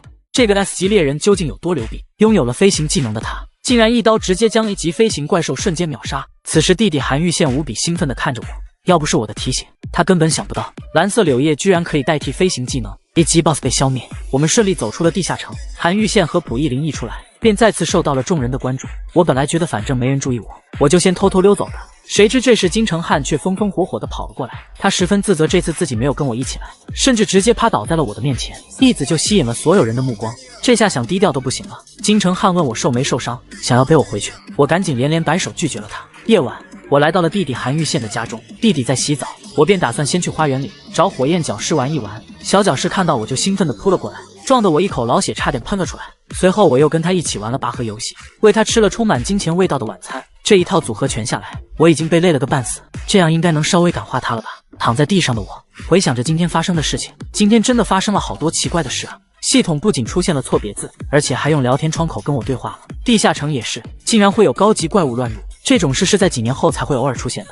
我突然有些慌张地坐了起来，难道这些全都跟我倒回时间有关吗？是因为倒回时间发生了什么错位，所以系统才会亲自跟我对话的吗？我愤怒地挥了挥拳头，这关我什么事啊？如果是这样的话，那从一开始就该好好跟我说明啊！这个系统真是太不友好了，技能这部分就不友好，哪怕好好跟我说明一下，我也不会选我爱你这种关键词啊！不知道是不是我对系统的抱怨产生了效果，一本巨大的书籍突然出现在了我的眼前，这是什么东西？点名册吗？画风就像幼儿园里用的一样，真不知道打造系统的家伙是怎么想的。书籍上有个 S 的标志，下面写着完成感化目标，还贴着弟弟韩玉宪和溥仪林的照片。但最让我震惊的是，这个本上居然还有50个空格，这上面记录的应该是完成了感化的 S 级，这难道是打算让我驯服50名 S 级吗？这是一只火焰角狮的幼崽，可面对一只成年猛兽的袭击却丝毫不惧，电光火石间就完成了单杀，事后还十分淡定地舔舐着爪子上的血迹。目前它的体长已经长到了51厘米，体重也长到了11斤，较2天之前成长了将近2倍。而我则在一旁拍下了和平猎杀的这一幕。和平是我给它起的新名字，它不愧是高级魔兽，再加上我的感化技能，成长速度就是快。我兴奋地张开双臂，和平十分配合地朝我怀中跳了过来，只是这一下撞得我差点又一口老血吐出来。不过还好我早有准备，把能借的加体能和力量的装备都给借来了，暂时总算还是可以扛得住和平无意间对我造成的伤害。而我之所以在这里拍训练和平的视频，就是因为昨天晚上的聊天中，我告诉弟弟韩玉宪，我在升到了10级之后获得了新技能，因为暂时不能跟他透露我有感化技能的事情，所以我就骗他说获得了可以驯服魔兽的技能，而且还是个 S 级技能，可以适用于高级魔兽。弟弟听到我这话，顿时就打算拿绳子把我拴起来了。他觉得我一个 S 级猎人竟然拥有 S 级特殊技能，肯定会遭到许多人的觊觎。但我之所以告诉他这个技能，就是因为我不想隐藏了。我想给海渊公会的成员提供高级骑乘兽，甚至可以提供给其他 S 级猎人。以前下地下城只能走路，现在却有了坐骑，这个技能完全可以改变攻略地下城的形式。如果骑乘兽数量增加，攻略地下城的效率提高的话，地下城破裂也会相应减少，世界会变得更加安全。最主要的是，按照系统要求，我需要攒够50个 S 级，而比起给人洗脑，我觉得还是感化魔兽更好，所以这次拍摄的训练视频就是为了推广我训练魔兽的能力。不过训练魔兽是真的累，没一会我就瘫倒在了地上。正在这时，海渊公会的人事组长石世明突然走了过来，与以往一见面就冷嘲热讽不同，这次石世明对我一反常态，甚至对以前恶劣的态度鞠躬表示抱歉，并且死死地拉住我，叫我一定要加入海渊公会，搞得我十分无奈。就在刚刚，海渊公会的石世明死死地拉住我，叫我一定要加入海渊公会。他说之前是自己有眼无珠，现在我展现出的洞察力和分析力，再加上新技能，一定能给海渊公会带来新气象。我都无语了，洞察力个屁啊！我只是在未来看过答案呢。石世明见我还没有想要答应的意思，便又表示可以给我提供一切保障，包括魔兽幼崽的供给、饲料和饲养费用，还有其他一切要求都可提。我还是第一次见到石世明这样卑微的姿态，当甲方的感觉就是好啊。不过就算他提的条件优渥，但我还是不打算答应他。毕竟弟弟韩玉宪已经答应过会替我支付饲养费用了，但是不以猎人的身份签约，我却可以以普通员工的身份与海渊公会签约。这样一来，我还可以为其他工会培养其成兽赚钱。最关键的是，我知道目前的海渊公会还不是国内最顶尖的工会，如果我和他们签署了专属合约，那后果不一定是他们可以承受得住的。毕竟明眼人都能看得出来，其成兽是多么令人眼馋的技能，有了坐骑，攻略地下城的效率可能可以提升几倍。对于高级猎人们来说，就相当于是出现了一只会下金蛋的鹅呀。可是这种技能竟然被海渊独占了，其他工会会如何牵制海渊呢？肯定会有很多人觉得既然得不到不如毁掉。既然如此，看上去是无组织的猎人应该会好一点吧。我可以告诉他们，只要保障我的安全，我就公平的给大家都培养一只。但我名义上还是海渊公会的员工，一些需要与其他工会交涉的事情也会交给海渊来办。听到我的话，石世明竟然笑了出来。对于我说的这些，他自然也可以预料得到，但其实海渊已经做好了承担风险的准备，只是他没想到我也能清楚其中的利害关系，并且提出了这样的解决办法。石世明很清楚，这样一来，所有的视线都会集中在我个人的身上，而非海渊。他有些不清楚我到底是因为不了解高级猎人的世界，所以不知道那些视线的重量呢，还是说这也是为了保护弟弟呢？但无论如何，石世明都非常清楚，从今往后3大工会乃至全世界的目光都会向我集中过来。我万万没想到，在我培养魔兽的能力公布之后，弟弟韩玉宪立马找到了我。他说国内3大工会会长想要见我，并且已经在赶来的路上了。我知道他们得到这个消息肯定想要见我，却没想到他们竟然这么着急。弟弟有些担心，因为我只是 F 级猎人，而那些会长可都是 S 级猎人，一般等级低的猎人就连面对他们都会很辛苦。不过我还是毫不犹豫地接受了谈判的要求，毕竟那些可都是我未来的顾客们，不亲眼确认怎么行？当我踏入会议室的一瞬间，房间顿时鸦雀无声，一股前所未有的压迫感扑面而来。我赶紧开启了地狱恐惧的技能，才不至于被这股气息压倒。我还没来得及说话，一个戴着墨镜的男人就走了过来，还叫我伸手给他。我下意识地伸出了手，那男人却说，在谈判之前，他要先鉴定下技能。鉴定技能，我瞬间反应了过来，啪的一声，一巴掌打在他手上，趁机把手抽了回来。我完全没想到他们竟然会带技能鉴定师一起过来，要是做了鉴定，我的 L 级和 S 级技能不就要被公开了吗？那样的话我可就死定了。这时我怀里的火焰角是和平，感受到了面前这个男人想要对我释放技能，一改之前懒洋洋的模样，露出了一脸凶相。下一秒他就露出了爪子，扑到了墨镜男的身上。旁边猎人协会的会长十分惊奇，他没想到只有 C 级的幼体火焰角石居然就已经这么厉害了。正当我还在安抚着和平时，一个声音从我背后响了起来，他想要保护主人的态度就已经算是证明了，那就没必要再用鉴定技能了。这个女人是突破者工会的会长文贤雅，她露出和煦的笑容朝我走了过来。当我站起身来，才发现这个 S 级的女人体格也太健壮了一点吧，我才仅仅到她肩膀的高度，我不由得想到，难道以后 S 级溥仪陵也会长成这么高吗？就在刚刚，我第一次与国内3大工会的会长见面，突破者工会的会长文贤雅是个身材有些高大的女人，虽然是国内顶尖的 S 级猎人，却一点都没有架子，笑嘻嘻地问弟弟韩玉宪，如果培养出新的魔兽幼体，可以先给他们吗？白给韩玉宪当然不会同意，但他表示可以拿具有抵御寒气技能的最高级骑乘兽幼体来交换。文贤雅一听就知道了，韩玉宪这是在为溥仪陵准备适合的骑乘兽。这时旁边的 MKC 工会会长崔熙元说话了，不过他却一开口就气势汹汹地吼道，市面上的怪兽幼崽已经全都被海渊买走了，你现在说要交换，这合适吗？韩玉宪对他的暴脾气满不在乎的样子，那你们就去地下城里找来骑乘兽交换就可以了。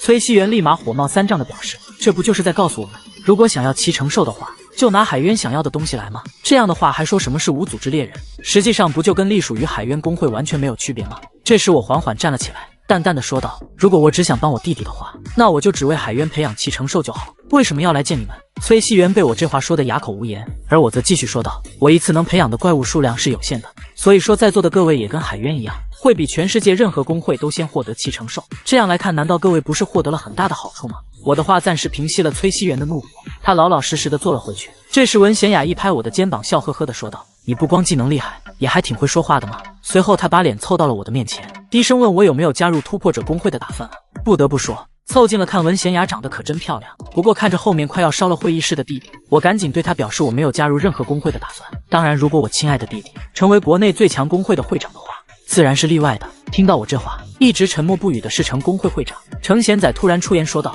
如果是世城工会的话，可以立刻签下你吗？世城工会是国内最强工会，其会长本人也是国内最强的猎人。虽然以他的实力肯定能保障我的安全，但如果我真的现在答应了他，还不知道后面要出什么乱子呢。”我赶紧对他说：“这个条件仅限于我弟弟，其他人要成为全世界最强才行哦。”你敢相信吗？我一个最低级的 F 级猎人，竟然受到了国内最强5大工会的争抢。但以现在的情况，我无论加入哪个工会，肯定都会引发混乱，所以我委婉拒绝了所有工会的邀请。突破者工会的会长文贤雅笑着说：“所以你就是无论如何都要当无组织猎人呗？看你坚持要单打独斗的样子，确实是海渊工会会长的哥哥没错。”我一脸的无语，这都是什么人间炼狱啊！我要是没有抵御恐惧的技能，怕是早就被这帮人的压迫感给吓死了。虽然我早就听说过 S 级猎人都是一些死里逃生的疯子，可他们明明脸上是笑着的，怎么会有这么强的压迫感和牵制感？这让我不由得有些心疼弟弟韩玉宪，也不知道他是怎么在这样一群家伙中间撑过来的。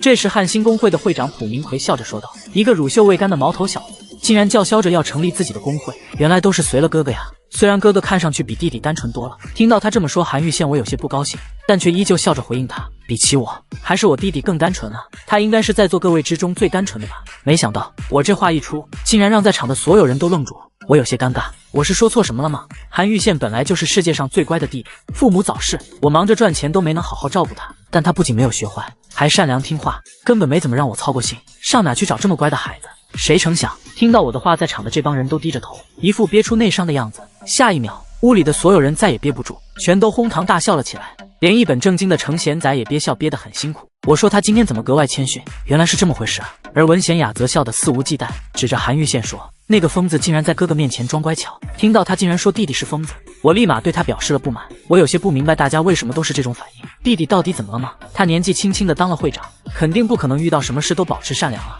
我万万没想到，自己只是说弟弟乖巧懂事，就令在场的所有会长们都笑得前仰后合。在这样一片欢乐的气氛之中，文贤雅拿出了准备好的合约。合约的大致条款，海渊工会已经代表我和他们谈过了，但我还是第一次看到这张合约，上面有一项写着5大工会负责保障我和我名下的建筑安全。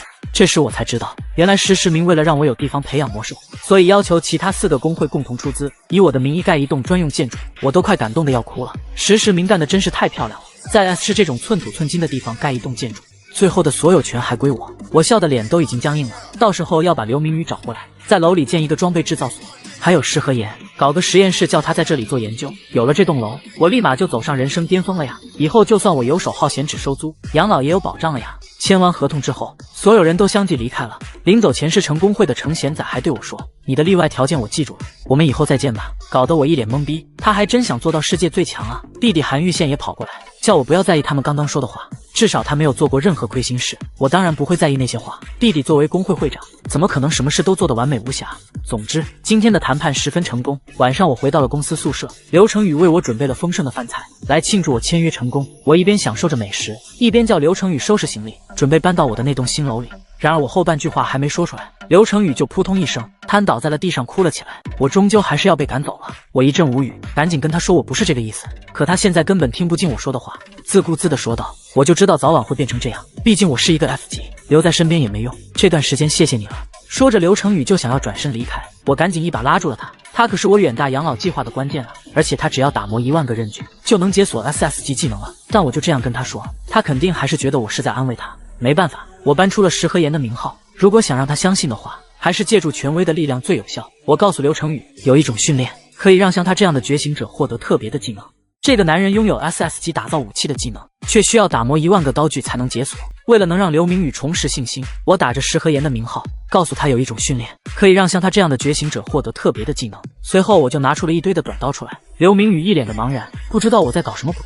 我却一副忌讳颇深的样子告诉他，这个方法绝对不能透露出去。刘明宇一直都有一个与武器相关的辅助技能，我叫他用那个技能磨一下这些刀。刘明宇虽然还没搞明白到底是什么情况，但出于对我的信任，他还是按我说的做了。没一会，一把短刀便打磨完毕了。果然不出意料的，磨刀的数量也开始计算了。这下我也彻底放心了。我告诉刘明宇，只要像这样反复打磨刃具，就可以获得装备相关的技能，而且还是保证可以让人以后衣食无忧的那种超厉害的技能。但就是需要打磨1万个，不过花点时间慢慢来的话，1年的时间也就可以完成了。刘明宇听到我的话十分的兴奋，那我每天打磨100个，100天不就磨完了吗？刘明宇说他对这种重复劳动的事情非常擅长，很快就会弄完的，还说要让我见识见识他的厉害。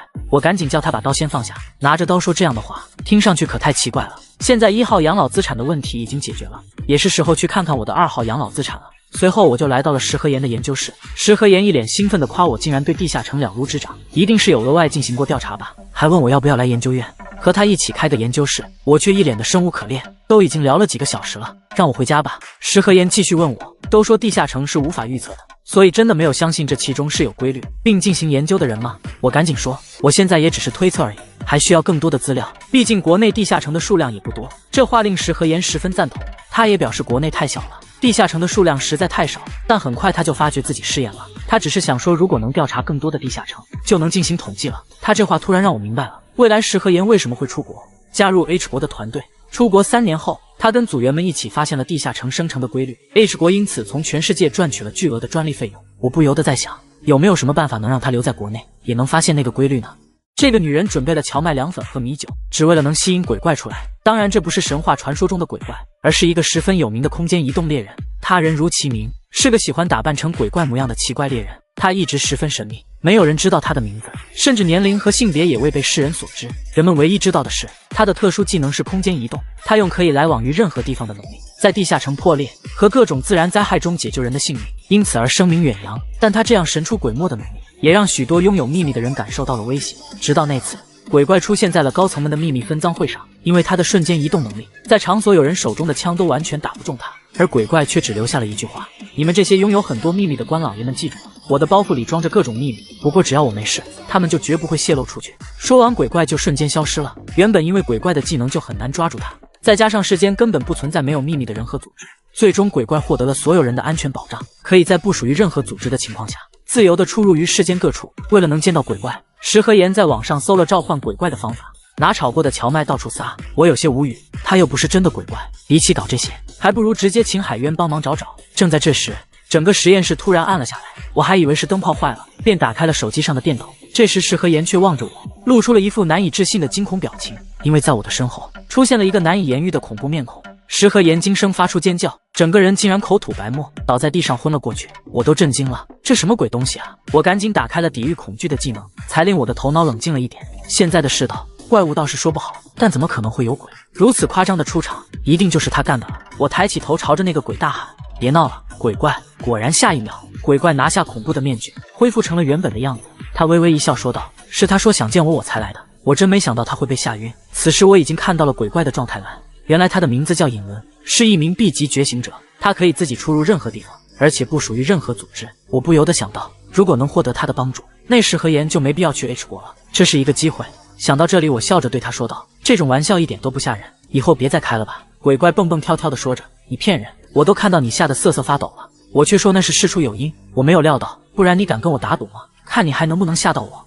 这个男人自称鬼怪，是一名 B 级觉醒者，拥有瞬间移动的能力，可以自由地在世间穿梭。如果可以得到他的帮助，那石河岩也就不需要出国才能完成自己的研究了。这是一个机会，我提议和他打赌，如果我被他吓到，就给他当手下；如果没有被他吓到，他就给我当3年手下。虽然鬼怪对打赌很感兴趣，但是听到我的话，他还是扑哧一声笑了出来。你不过区区一个 F 级，竟然想让我鬼怪大人给你当手下？即便考虑到你是海渊工会会长的哥哥，我的3年，你可能也要给我当20年手下才能抵上。我却毫不在意地说这个无所谓，并拿出了一份觉醒者合同，表示如果他同意的话就来签合同吧。但鬼怪却没有那么好骗，真奇怪，你明摆着会输，竟然还要签合同，你到底藏着什么心眼？你是 F 级，应该也没什么了不起的技能，难道你是打算用装备？听到他这话我就放心了，虽然他对我有一些了解，但他却不知道我的技能，只要是传说级以下的威胁和恐怖，我的抵御恐惧技能都能完全免疫。我确实是留了个心眼，我脸色一红，故意装作害羞地说道：我觉得你很帅，也很了不起，救过很多次人，发表秘密包袱宣言的时候也很帅，所以打赌对我而言没有损失啊。如果我赌赢了，那就太棒了。但就算我输了，也能成为鬼怪大人的手下。这一通马屁彻底把鬼怪捧上了天，他笑得嘴都合不拢了。而且我这套说辞也让他打消了顾虑，因为如果有人直接说要当他的手下，他肯定不会同意。所以他只当我这个打赌是一个聪明的，可以成为他手下的手段，就同意了和我签合同打赌的协议。他却不知道自己已经落入了我的陷阱。我们约定在接下来的1周时间里，他会吓唬我3次。如果我能有一次坚持住不被吓到，他就当我的手下。这个女人一直想要见到鬼怪，却在看见他的一瞬间，直接被吓得口吐白沫晕了过去。当时何言从床上惊醒后的第一件事，就是问我鬼怪呢？可能已经走了吧？我回答道。随后我小声地说道：鬼怪的时尚品味好差呀，竟然穿蓝衣服戴红面具，他是在学上色吗？等待了一会，周围还是静悄悄的。我笑了笑，对石何言说：竟然这么安静，看来他真的走了。石何言无奈地叹了口气，他还有很多问题想要问鬼怪呢。他说自己在国内的研究碰壁了，正在想方设法突破。他正在研究地下城生成的规律，这我是知道的。如果能获得鬼怪的帮助，我就完全可以去国外的地下城收集情报了。但现在我肯定不能告诉他，我只跟石何言说，我有办法为他提供充足的资料，让他在国内也能做研究，只需要他在以后有了研究成果之后，可以与我分成收益。但石何言却有些担心，因为这是一项无法保证结果的研究，也许不会有任何成果的。知道他未来成就的我，自然不担心这个。我叫他放下负担，只要全心研究就好了。我表示最近湾市附近发现的那座极地下城，应该就是淤泥或者海洋坏境，可以让他叔叔实名去竞标那个新地下城的管理权，对他的研究应该很有帮助。之后我离开了石何言的实验室，接下来我的任务就是陪鬼怪玩1周了。一个白发老人的身影出现在窗口，发出了诡异的笑容，我却在窗边一脸淡定抱着和平，还吐槽他的招式太老套了。第一次尝试失败，第二天我给刘明宇从2手商店拿回来了一些钝刀，谁知一双手却突然伸了出来，我被抓住了脚，哐的一声撞在地上，直接摔了个狗啃泥。我被气了个半死，我说让你吓唬我，又没让你害死我。装鬼的鬼怪连连道歉，说没想到我会那么容易摔倒。第二次尝试失败，然后有一天我半夜起来找水喝，睡意朦胧间，一个浑身鲜血的稻草人却突然出现在了我的眼前。我装作一脸惊叹的样子，最后一次你倒是花了点心思嘛，不过我还是不会被你吓到。谁知我一转头，一只枯槁的大手突然出现在我的面前，吊在半空中的鬼怪还发出了咔咔的怪异声响。哎呦，连续攻击吗？这次确实差点被他吓到了。我往后退了一步，却突然撞到了一个人。刘成宇手握短刀，缓缓地回过头来，这下给旁边的鬼怪给吓到了，惊声惨叫着有鬼啊！原来刘明宇半夜睡不着，就想着出来再磨磨刀。当他一转头，突然看到被吓得跳到了墙角的鬼怪，直接被吓得口吐白沫昏了过去。第3次尝试失败，鬼怪完败。这个鬼怪太惨了，装鬼吓人，却被半夜磨刀的刘明宇给吓到了。因为我的传说级抵御恐惧技能，鬼怪与我的这场打赌，从一开始他就是必败无疑的。鬼怪没想到自己真的会输，气得满地打滚，还哭着说因为自己随便签合同就没少被手下们唠叨，现在回去肯定要被他们折磨。他决定不回家了，要住在这里。我一阵无语，叫他不要哭了，又不是小孩子了。我问他到底多大了，鬼怪依旧哭唧唧地说自己已经100多岁了，还说自己是真的鬼怪。我叫他别开玩笑了，那不是人设吗？世界上哪里有鬼怪？鬼怪反驳我说，可世上不是有地下城，还有觉醒者吗？而且你还有个会喷火的弟弟。听他这么一说，好像是有点道理。比起突然出现的地下城和觉醒者，还是鬼怪或者鬼神更现实一点吧。可是他不是觉醒者吗？我还可以看到他的资料，虽然作为人类名字比较奇怪。鬼怪摘下面具告诉我，其实他已经超过100岁了，但同时他又是3年前诞生的。他这话让我想起地下城和系统第一次出现就是在3年前。我问他，所以你是那是和系统一起诞生的吗？他点了点头，说我猜对了。原本所谓的鬼怪是灵魂附在老物件上诞生的存在，他沉睡了100年间，在世间混入了地下城的力量时苏醒了过来。我一时间不知道该不该相信他的话，但他的话也不是没有道理。这样他穿梭空间的鬼怪技能就可以解释了，因为系统的力量也属于连接这里和其他空间的类型。不过要说他真的是鬼怪，还是令人有些难以相信。我又问他，你叫尹伦，前面是姓氏，后面的轮是指轮子，那你原本是姓尹的人家用了很久的水杯。鬼怪一脸惊讶地问我怎么知道的。还真是啊，我不过是之前见网上有这种传说随口问问的。不过无论他是不是真的鬼怪，现在他输了赌约，已经成为了我的手下。我拿起之前整理好的资料，朝着他微微一笑，我的鬼怪手下，现在我有事要交给你做。我万万没想到，传说中的鬼怪性格却像个小孩子一样。我一说让他帮我办点事情，他就耍无赖躺在地上打滚。我拿出资料表示要他去调查其他国家的地下城，具体要调查什么，我已经写好在上面了。因为普通外国人是无法接近地下城的，但是以他的隐身和空间移动技能是完全可以的。鬼怪躺在地上，一脸傲娇的说道：“我当然可以了，不过为什么要调查这个？”我赶紧满脸堆笑的奉承他说：“当然是为了让鬼怪大人成为更伟大的英雄啊！收集资料是不是有可能发现地下城生成的规律？这样地下城破裂的危害就会减少吧？这可是拯救世界的调查呀！那收集资料的鬼怪大人自然就是世界的英雄啊！到时候肯定会出更多的鬼怪传记和周边商品。”鬼怪被我一通彩虹屁拍得很舒服，当场就抢下了我手中的资料，表示英不英雄的无所谓，自己主要是想为科学研究出一份力。不过鬼怪问我，一定要去其他国家才行吗？都好远啊！我愣了一下，你不是可以空间移动吗？鬼怪说国外太远了，他移动不了那么远。难道他现在还不能进行超长距离移动吗？仔细想想，他的技能列表里好像还没有这个技能。这样的话，只能我来培养他，让他拥有这个技能了。想到这里，我一脸呆滞的对他说了句：“我爱你。”鬼怪当场就呆住了，问我为什么突然说这个。我赶紧跟他解释，鬼怪原本不就是充满爱的种族吗？我露出了充满爱意的眼神。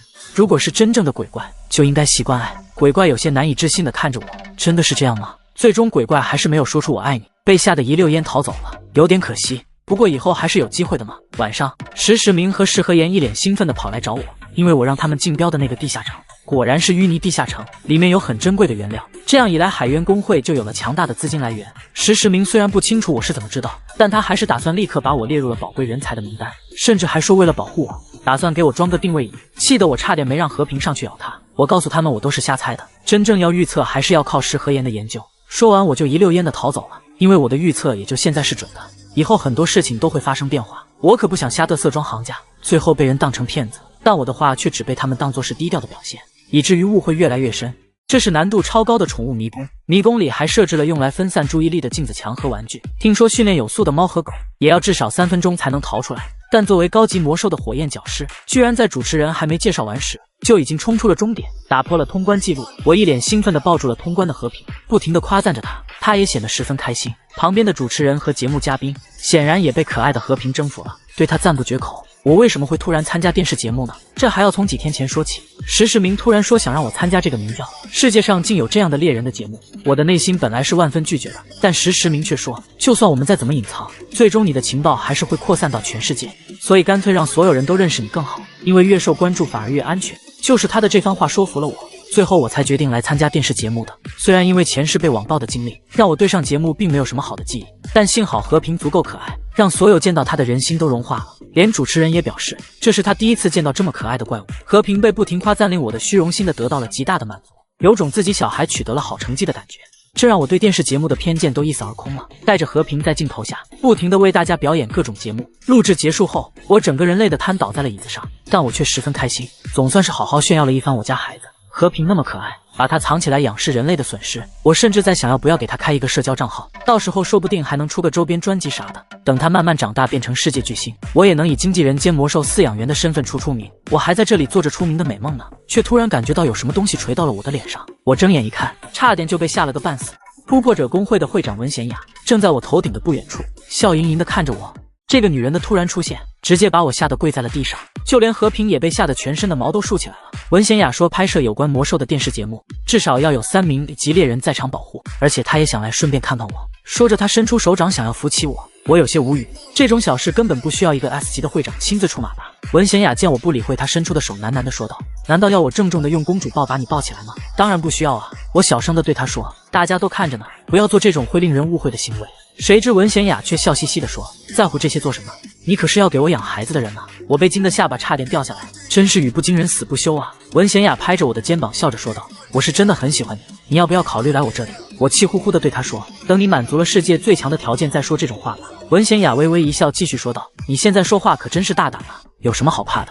我弟弟也是 S 级。这时刚刚去买饮料的蒲一林跑了回来，可一阵骇人的气流出现，形成了一个半透明的隔离罩，逐渐将文贤雅和我笼罩在了其中。蒲一林想要靠近，却根本无法突破这个隔离罩。文贤雅朝蒲一林做了一个噤声的动作，说道，只要给我5分钟就好。和平被吓坏了，对着文贤雅龇牙咧嘴的，一副奶凶奶凶的模样。我赶紧抱住了和平，问文贤雅又想要干什么。文贤雅笑嘻嘻地说，这是一种简单的技能运用，我们的声音会被隔断。虽然文贤雅这么说，但我知道这一点也不简单。同样都是 S 级，蒲一林却根本连应对都做不到。虽然我知道文贤雅不会在这种情况下伤害我，但这样单独面对一名 S 级还是令我有些心虚。我好声好气地问他，是想要跟我说什么秘密吗？其实不是秘密，而是说别人坏话时要小心点。我觉得你好像太不了解你弟弟了，有些担心你。听到文贤雅似乎想要说弟弟的坏话，我的脸色顿时就沉了下来。文贤雅叫我冷静一点，她并不是想要挑拨离间，她面带笑意地问我，你真的相信你弟弟吗？相信你那善良的弟弟是仅凭实力当上工会会长的，在没有父母的贫穷家庭里长大，还无比听话的弟弟。这种故事在孩子们看的童话书里都不会出现，因为不现实。我刚想替弟弟解释，文贤雅却打断了我，你想说他是从天而降的天使一般的孩子，可是天使可不会践踏别人建立工会。要不要我跟你说说，你弟弟作为猎人这一路是怎么走过来的？这个女人曾经是一名运动员，却意外觉醒成为 S 级猎人，后来当了突破者工会的会长，但一辈子只做过运动的文贤雅怎么会懂得如何经营工会呢？他与 MKC 工会的会长崔熙元一样，都是跟大公司联手，占个名义上会长的位置罢了。所以国内排名前5的工会之中，真正的工会会长只有世城的程贤仔和海渊工会的韩玉宪。那时的他仅仅是一个学生，竟然要无视所有向他抛出橄榄枝的巨头，创建自己的工会。文贤雅觉得他就是个不自量力的小屁孩，很快就会倒台。果不其然，后来他受到了各种牵制，甚至还听说有人试图要毒死他。在各个工会的人前去围攻海渊工会时，文贤雅还去阻止过他们。他觉得再怎么样，他们也不应该这么对一个孩子。可谁成想，他来到海渊工会时，却见到了惊人的一幕。海渊工会的大门口燃烧着熊熊火焰，地上到处都是被烧焦的尸体。文贤雅还以为是出现什么怪物了，可看到的却是浑身是血的韩玉宪。那是一场单方面的杀戮，韩玉宪就如同火中的恶魔，吞噬着一个又一个的生命。当文贤雅靠近时，韩玉宪下意识的转头就是一剑劈下，文贤雅赶紧抬手挡住，嘴角露出了自嘲的笑容，是我太蠢了，竟然还把你当成小孩替你担心，你哪里是个小孩，分明是头野兽。后来那件事被掩盖成煤气爆炸，受牵连的人也被地里接连被除掉了，最终背后势力全部屈服，被海渊吞并。也许很难以置信，但 S 级觉醒者就是这样。文贤雅站在我的面前，和我讲述了弟弟和海渊工会崛起的故事。他的话确实令我十分吃惊，我也是第一次听说弟弟还经历过这样的事情。文贤雅对我说道，我听说你们分开了很久，你不觉得他跟觉醒之前你所认识的那个弟弟不一样吗？那家伙是个怪物，虽然他装成一个温顺的弟弟，但不知什么时候也会在你面前暴露本性。文贤雅俯身趴在我的耳边，小声地继续说道，你留在他身边太危险，不如来我们突破者工会吧。就在刚刚，突破者工会的会长文贤雅和我讲述了弟弟韩玉宪与海渊工会崛起的血腥往事，还想要邀请我去他的工会。这时他的手机突然响了起来，是韩玉宪收到消息给他打来的电话。文贤雅见我一直沉默不语，便说如果我想要跟他保持距离的话，他可以帮我，但我却不是因为想着远离弟弟什么的，而是我第一次感觉到弟弟也是在一片混乱中摸爬滚打过来的。随后一把抢过了文贤雅手里的电话，弟弟发觉是我接的电话后，就问我文贤雅有没有说什么奇怪的话。他在背后说你坏话来着。我跟弟弟说道，怪物一般的弟弟，手上沾满鲜血，踩着尸体爬上来的，但那又怎样？我弟弟确实是变得有些奇怪了。我在地下城底层摸爬滚打了5年，我会不知道这个圈子的生存方式吗？即便是我，手上也不是一滴血都没有沾的。而且在经历了弟弟舍己救我的场景之后，世上哪个哥哥还会放开弟弟的手？我笑了笑，继续和弟弟说道，他好像太小瞧我了。既然如此，那我也应该说说他的坏话吧。那是发生在1年前4月份的事情。文贤雅听到我的话，脸色瞬间就变了。这是一段4年后全国人民都会知道的文贤雅的黑历史。文贤雅被吓得赶紧一把抢过了手机。你是怎么知道的？应该几乎没人知道那件事啊。他已经被气得捏碎了手机，他抓起我的衣领不停摇晃，追问我到底是从哪听说的。我只说是偶然听到的。文贤雅被气得要死，要不是还要靠我培养其成熟，他都有杀人灭口的心思了。最后我们达成协议，我不会说出那件事情，他也不能再说弟弟的坏话。文贤雅本以为我会比较单纯，所以想来试探一下，没想到却失策了。他打了个响指，之前建立的隔离罩瞬间消散了。蒲一林赶紧冲了进来，与文贤雅打成了一片。但如其说是打，不如说是玩闹。我有些诧异，他们的关系什么时候变得这么好了？难道是因为他们是国内仅有的2个 S 级女猎人吗？我有些担心，蒲一林跟海渊的合约结束之后，该不会去突破者吧？但突破者很快就会消失啊！几年后 ，MKC 和突破者这2个工会都会倒闭。要不干脆把文贤雅招过来？文贤雅强大的攻击技能应该跟意林也很配，而且对蒲一林来说，比起我这种黑黢黢的大叔，还是跟他同为女性的人来当导师更好。之后我参演的节目在电视上播出，我就这样以怪物爸爸的名字，第一次被全国人民记住了。这个男人是最废柴的 F 级猎人，却拥有极其罕见的 SS 级装备打造技能。但激活这个技能的前提，便是要打磨1万柄刃锯。之前刘明宇天天在厨房磨刀，到晚上的时候不是一般的吓人，所以我便跟海渊工会打了招呼，打算带着刘明宇到工会的装备管理室工作。反正等他解锁了金匠铺的主人技能之后，肯定也是要到这里工作的。对刘明宇来说，做这些后勤工作也比要他去下地下城好太多了。一打开装备管理室的大门，一股炙热的气息就扑面而来。这里就是装备管理室，负责整个工会的装备制造和管理。里面就如同一座大型工厂一般，不断发出滋滋的声音。各种金属被炼化之后，依照模具浇灌成不同的装备，之后还会有工人进行精细打造。据说这里的工人全都是1级以上的觉醒者。刘明宇被一块魔石吸引了目光，刚想伸手去摸，便被旁边的一位工人大声喝止。他问我们是干什么的，这里不能乱闯。我赶紧和他解释，说我们已经提前跟人事组的人联系过了。工人表示他们接到通知了，听说刘明宇有魔刀的技能，他们已经为他准备好工作的地方了。看着那名工人壮硕的体型，再看刘明宇的小身板，我有些担心他真的能当好工匠吗？随后工人带我们前往工作地点，他问刘明宇有用过磨刀的机器吗？刘明宇表示小时候用过几次。这时刘明宇发现了一个大型的特殊磨床，这种机器他在网上见到过，据说只要输入指令就什么都能磨。旁边的工人赶紧提醒刘明宇，那是他们用的，不要乱摸，他们已经给刘明宇单独准备了工作的地方。说着他打开了一扇木门，大门发出了吱呀呀的声音。他带我们来的居然是一处堆满了废物的杂物间，在那一堆废物的中间放着一个已经早已发霉的老式手动磨床。我万万没想到装备管理室的人会把刘明宇安排到堆满废物的小房间里工作，磨刀的工具也只有早已发霉的手动磨床。我刚想去找刚刚那名工人理论，就被刘明宇拉住了。这时我才发现，这里的工人们似乎都对刘明宇非常不满，觉得他是会长哥哥的关系户。这里正常来说根本就不会招 F 级的人来工作。刘明宇叫我别太在意，毕竟在别人看来他就是走后门进来的。他笑呵呵地表示能用这里的设备已经很不错了，他会好好努力的。可是是我把他带到这里来的，这样感觉好对不起他呀。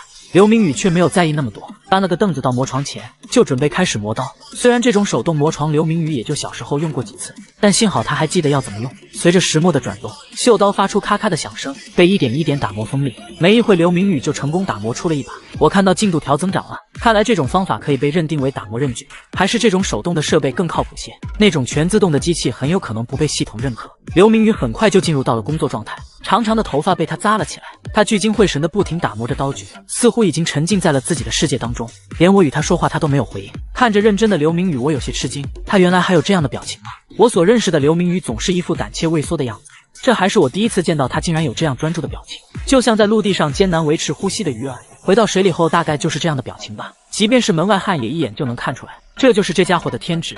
没一会一柄柄刀具就被打磨完毕，看来我以后不用担心刘明宇了。我看他如此投入，便不打算打扰他，先行离开了。然而令我没想到的是，仅仅第二天刘明宇就因为肌肉剧痛留在家里休养了。装备管理处的人都纷纷笑话他，肯定是想着靠关系不劳而获，结果发现行不通就直接跑路了。但昨天那名工人却指着那间小房间对同事们说道：“你们看看那里，想不劳而获的人会这么做吗？”只见那间狭小的房间中已经堆满了打磨好的刃具。昨天刘明宇在1天之内竟然打磨了1000把刃具，你敢相信吗？这个男人竟然在1天之内就打磨好了1000柄刃具。这虽然令他在工作第2天就因为肌肉剧痛请假，但也向装备管理室的同事们证明了他并不是跑来混日子的关系户。之后的时间里，刘明宇每天都会不停地打磨刃具，仅仅用了1周的时间就已经成功打磨了5600柄。晚上刘明宇做了一大桌丰盛的美食，我感觉整个饭桌都在发光。难道打磨刃具还能提高烹饪水平吗？旁边的溥仪林尝了一口，顿时露出了满足的表情，连对刘明宇的称呼都变成了明宇哥哥。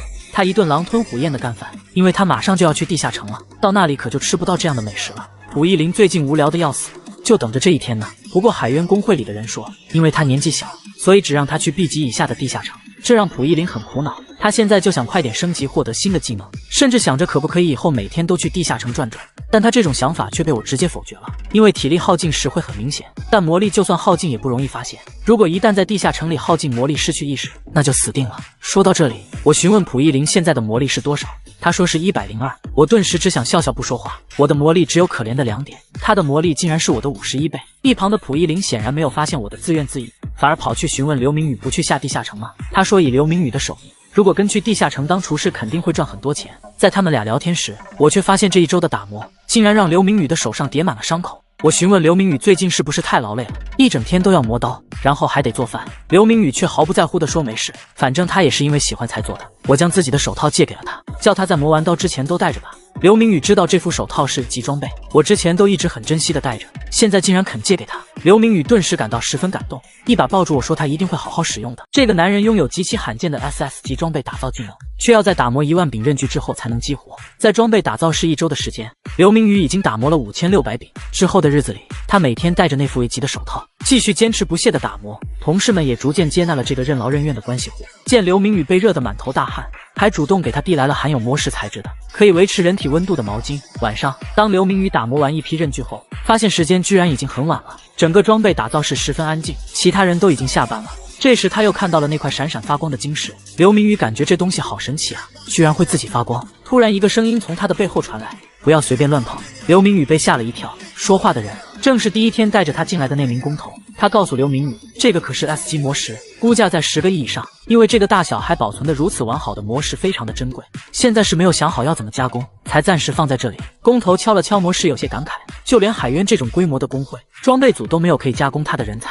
随后工头对刘明宇说，你因为关系户的身份被欺负，很辛苦吧？刘明宇被吓了一跳，连忙低着头说没有。工头没有理会他的态度，继续说道，听说你昨天帮这里的每个员工也打磨了装备，我也看到了，简直就像新的一样。刘明宇被工头说的有些懵逼，不知道他究竟是什么意思。随后工头表示，他的韧性是足够的，如果想要留在这里一起工作的话，那以后就继续努力证明给大家看吧。听到工头这么说，刘明宇总算是如释重负地露出了笑容。这一切都进展得非常顺利，直到那天一个人推开了装备管理室的大门，他焦急地对刘明宇说道，你是刘明宇猎人吧？请跟我们走一趟。旁边的工头忙问他们出什么事了，那女人却一把抓住了刘明宇的肩膀，关于韩玉成猎人的失踪一事，我们要对你进行调查。听到他的话，刘明宇整个人都呆住了。你说玉成他怎么了？刘明宇万万没想到，猎人工会的人居然说韩玉成失踪了，这让刘明宇震惊不已。他明明说过今天会一直待在海渊工会的呀。正在这时，蒲一林也赶了回来。他今天本来要去地下城的，但在路上时听说了这件事情，便立马就赶了回来。海渊的会长韩玉宪也在赶回来的路上，大家都十分着急，但却没有找到任何线索。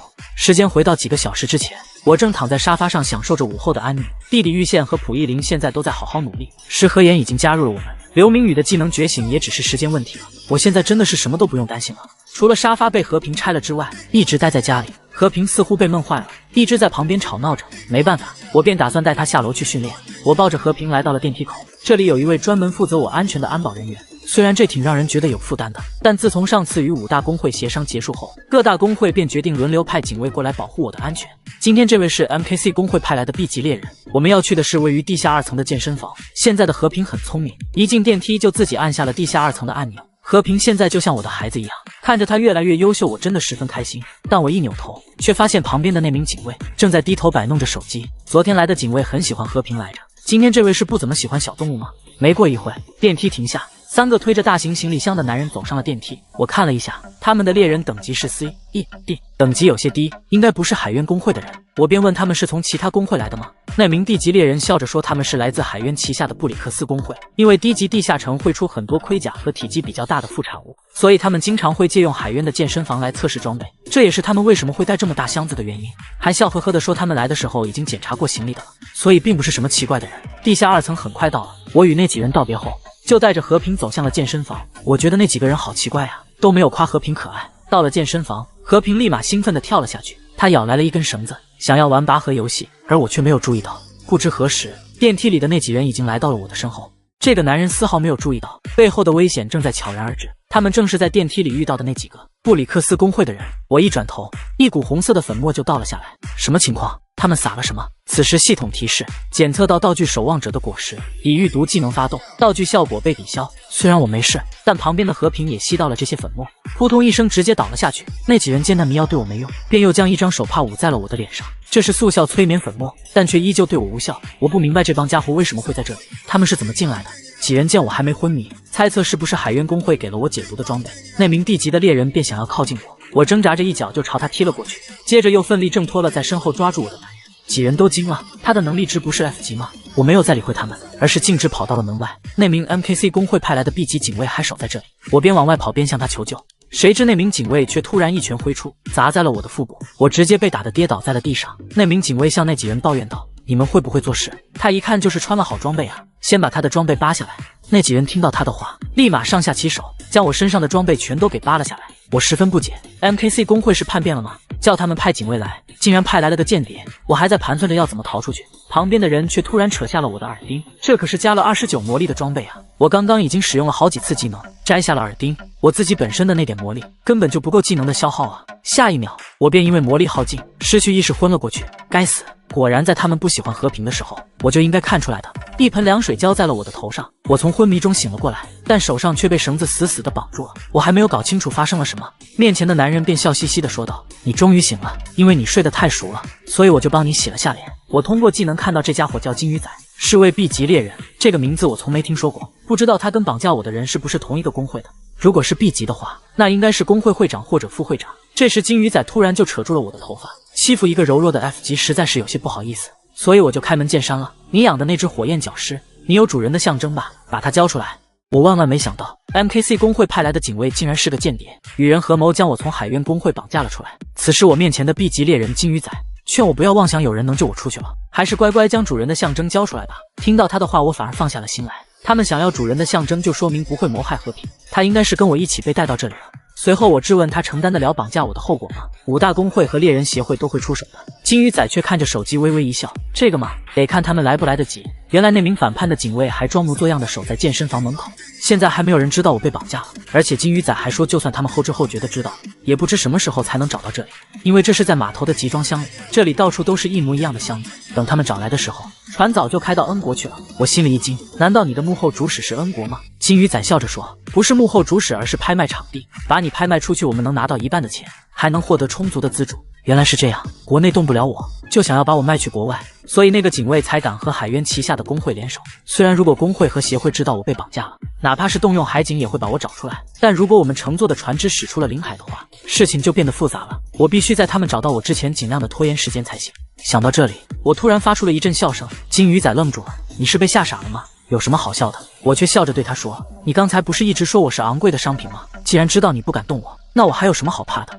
我一顿言语上的激怒，果然遭来了金鱼仔的毒打。我本来是想激怒他，让他给我打个半死，我才能被送去医院拖延时间，但金鱼仔明显也不是个傻子，无论我再怎么言语攻击，他也仅仅是对我拳打脚踢，完全没有因为愤怒而冲昏头脑。随后他还将我丢进了另一个集装箱，这里有着一个笼子。金鱼仔说他们也养了一只魔兽。这时我的身后一阵嘶嘶声传来，我惊讶地发现一根细长的触手朝我伸了过来。这个男人被吓得完全不敢动弹，因为一根长长的触手正在朝他伸过来。站在门口的金鱼仔咧嘴一笑，你现在终于知道怕了呀？这可是 C 级地下城的怪物克雷克，当他捕捉到猎物时会用触手里的毒施加诅咒，那是一种极其痛苦的感觉。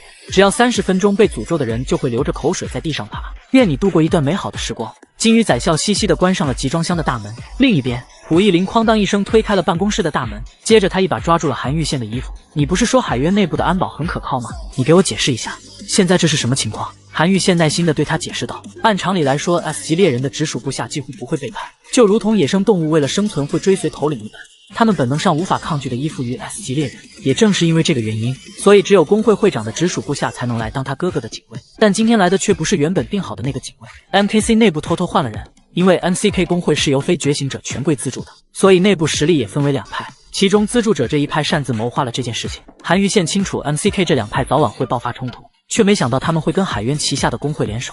MCK 的会长崔熙元在工会内部已经失去了掌控权，也不知道那帮人把人劫去哪里了。而韩玉宪之所以叫蒲一林过来，就是为了用他的技能白色尸体来从尸体上读取记忆，因为那名反叛的警卫已经被杀了。这么做或许比让他自己交代还更准确一点。而此时在集装箱外等候的金鱼仔感到有些奇怪，因为那名警卫从刚刚开始就没有定时联系他了，难不成这么快就被发现了吗？不过金鱼仔并不是很担心，就算这次绑架失败了，只要能拿到主人的象征，也能得到一笔钱了。想到这里，他兴奋地推开了集装箱的大门，却惊讶地发现我竟然一动不动地趴在了地上。金鱼仔感到有些奇怪，那种诅咒应该不会让人昏厥啊。他走过来踢了踢我，却没有发现那只魔兽克雷克早已趴在了他身后的墙壁上。我猛然抬起头嘀咕道，小黑，就趁现在。金鱼仔还没明白是怎么回事，魔兽克雷克就朝他袭来，但身为 B 级猎人的他反应迅速，一下子跳开了。但随后魔兽克雷克的触手却突然伸出，将他的手臂死死捆住了。金鱼仔人都傻了，这究竟是怎么回事？我明明听说你只会培养怪兽幼崽的。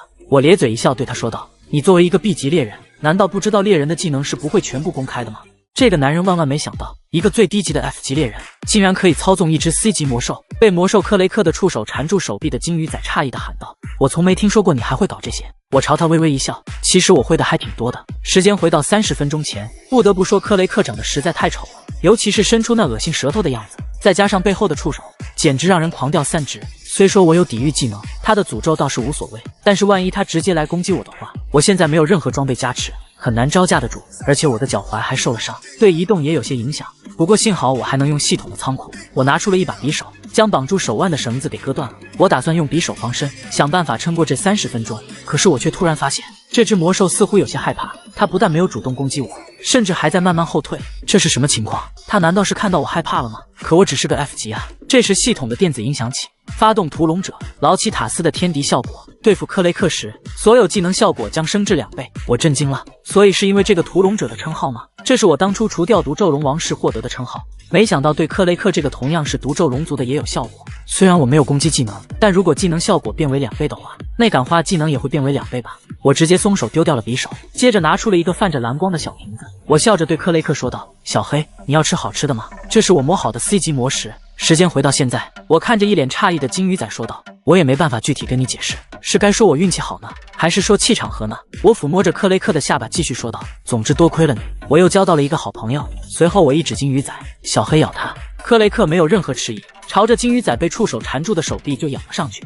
这个男人简直太逆天，仅仅只是一名 F 级猎人，却收服了一只 C 级魔兽。我一声令下，克雷克就朝着金鱼仔冲咬上去。但金鱼仔不愧是 B 级猎人，情急之下他一把就扯断了克雷克的触手，但他的手臂上被触手缠绕的地方却已经发黑，发出了被腐蚀的滋滋声，明显是中了克雷克的毒。这时只听扑哧一声，我趁金鱼仔不注意，用匕首一刀捅进了他中毒的手臂上。金鱼仔大吼了一声，猛地一甩胳膊，直接将我甩飞了出去。我跌坐在地上，却露出了笑容。原来 B 级的身体如果因为中毒而变得虚弱，也能用刀扎进去啊！此时金鱼仔因为中毒加上受伤已经满头大汗，现在正是好机会。我再次命令克雷克发起攻击，金鱼仔却掏出了自己的武器，恶狠狠地喊道：“即便如此，也不过是区 C 级怪物，我就算只剩一只手也能轻松斩杀。”说着，金鱼仔朝着袭来的克雷克一刀斩了下去。他不愧是 B 级猎人，这一刀竟然直接就斩掉了克雷克的脑袋。咚的一声，克雷克的身体被1分为2落在了地上。金鱼仔转头看向了我：“你以为靠他就能做成什么吗？”他咧嘴露出了笑容：“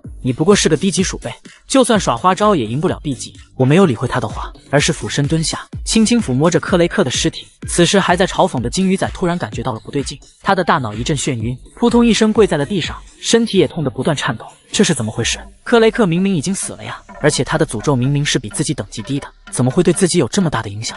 他不知道的是，在克雷克死亡的同时就已经触发了我的技能最后的报恩，他的技能与能力值已经双倍转移到了我的身上。劳奇塔斯的天敌加上最后的报恩，这是双倍的双倍效果，当然会很疼。此时金鱼仔已经痛不欲生，倒在地上疼得满地打滚。我目光阴冷地看着他：“所以你为什么要来招惹一个安安静静生活的人呢？”我一把抓起了他的脑袋：“现在告诉我，你把我的宝贝和平弄到哪里去了？”金鱼仔却强忍着疼痛咬牙喊道：“你到底是什么人？你这个怪物，我一定会弄清你的身份，要了你的命！”没想到他的嘴还挺硬的，既然他都这么说了，我好像也没有放过他的理由了。我发动克雷克的技能粘稠之毒，我的技能，尤其是最后的报恩，绝对不能被人发现。我抓住他的手上分泌出了黑色的液体，没一会他的脑袋就被毒液完全腐蚀。我本来想给他留个身子的，但溥仪灵能读取尸体的记忆，我便只能将他的身体也腐蚀掉了。这个男人仅仅是一名最低级的 F 级猎人，却可以在感化对象死去时暂时获得他的2倍能力。在魔兽克雷克死去之后，我靠着最后的报恩技能，瞬间秒杀了 B 级猎人金鱼仔，力量突然变强，我还十分不适应，一不小心就把门把手给拆了下来。回去之后我可得好好隐藏，别被他们发现了。从前这个技能只能维持1个小时，但在我的称号变为传说级的完美养育者之后，这个状态可以持续7天之久。我查看了一下克雷克的技能，除了可以将人腐蚀的粘稠之毒，还有2个技能是比较实用的。墙上的蜥蜴是个可以与周围环境同化、隐藏踪迹的隐身技能，弱者的预感可以感知比自身强大的对手。有了这个技能，就不用担心会碰到高级猎人了。之后我便打算走出集装箱寻找和平。走路时我受伤的腿部还是能感到很强的刺痛感，但幸好现在能力值提升了，还不至于疼到走不了。我发动了墙上的蜥蜴技能，隐身在船舱中寻找和平，却看到了那3名把我抓来的猎人。我没有露面，直接在隐身状态下用触手勒住了他们的脖子，他们根本不知道发生了什么，就窒息而死了。船上的其他船员也被我用同样的方法解决。最后我来到了船长室中，里面戴着墨镜的男人看到我吓了一跳，惊讶地问我究竟是怎么逃出来的。我没有理会他的话，而是问他火焰角是在哪，乖乖交出来。我话还没说完，他便随手抓起一个文件盒丢了过来，盒子撞在我右侧的墙壁上，直接被砸出了裂缝。墨镜男愤怒地吼道：“你一个 F 级侥幸逃脱之后不逃走，竟然还敢找来人！”说着他掏出了一柄长斧。火焰角石当然是被我们关起来了，钥匙也在我身上，有本事你就从我这个 C 级猎人身上抢啊！这名 C 级猎人掏出自己的大斧，刚想装杯，就被我一触手打在了脸上，顿时吐出了一口鲜血。我冷冷地叫他交出钥匙，告诉我火焰角尸的位置。男人被打懵了，还没搞清楚是怎么回事，我便又发动触手几个巴掌扇了过去。男人半边脸都被打肿了，气喘吁吁地问道：“你不是 F 级猎人吗？难道你还隐藏了技能？”我告诉他不需要知道那么多，赶紧把火焰角尸交出来。说着，我用触手将他死死缠住，他痛苦地倒在了地上，却还是不肯开口。我从地上捡起了他的大斧，笑嘻嘻地说道：“我可不是只有触手这个技能哦，你要乖乖听话呢。”还是我发动了粘稠之毒技能，那把斧子瞬间就在我手中被融化。男人看到这一幕，心里顿时崩溃了，立马表示火焰角尸被关在移动中心，他可以把钥匙交给我，但在那之前要跟他签不能攻击他的合同，来保障他的安全。我看了一下合同，表示没有问题，但要在上面加一个对我的事情保密的条件。在签署完合同后，他便将钥匙交给了我，合同立即生效了。可就在我准备转头去寻找和平时，那男人却突然暴起，他的双手变为利爪，死死地抓住了我的脖子。小子上当了吧？你现在可无法攻击我了。这份合同是有强大的诅咒，如果你攻击我，就会因为违约而失明。你一个连地下城都没去过的新手，果然是什么都不懂啊！但令他没想到的是，我竟然直接将手中的合同撕成了两半。因为破坏合同，我立刻触发了视力损伤的诅咒，但因为我的传说级抵御诅咒技能，完全将这个诅咒抵消了。我一把抓住他的手，笑道：“让你失望了，我可不是新手，这里我的资历可是最久的。”只听一阵凄惨的叫声之后，他也化成了一股脓水。我早就猜到会是这样，不过我本来也没打算放过他。其他人的尸体我就不需要处理了，反正他们死前也没见到我。随后我按照那男人说的位置找到了和平，他被关在笼子里，似乎被迷晕了，还在熟睡着。我很想现在就带他出去，但这么做肯定会被怀疑，我只能也进了笼子，装作和他一起被关在笼子里的样子，把他抱在怀里，一直等着救援的到来。没过多久，外面就传出了声音，找到了，在移动中心发现了韩玉成猎人和火焰角尸幼崽。这个男人仅仅是一名最低级的 F 级猎人，却将 B 级猎人瞬间秒杀，这都是因为最后的报恩技能，让我在魔兽克雷克死去之后暂时获得了他的2倍能力。为了保住我技能的秘密，我将整艘船的人都灭口了，但为了不让弟弟他们怀疑，我还是走进了关和平的笼子，装作也被关在这里。不知过了多久，我竟然抱着和平睡着了。这时克雷克的弱者的预感技能让我察觉到了有 S 级觉醒者正在靠近，难道是弟弟韩玉线来了吗？果然，很快弟弟便找了过来，一脸关切地问我怎么样，没事吧？我装作劫后余生的样子说道：“玉线，你终于来救我了。”这时溥仪林和金城汉也赶了过来，溥仪林一把将铁笼撕开，探头进来问我没什么大碍吧？没想到这帮家伙都跑过来了呀！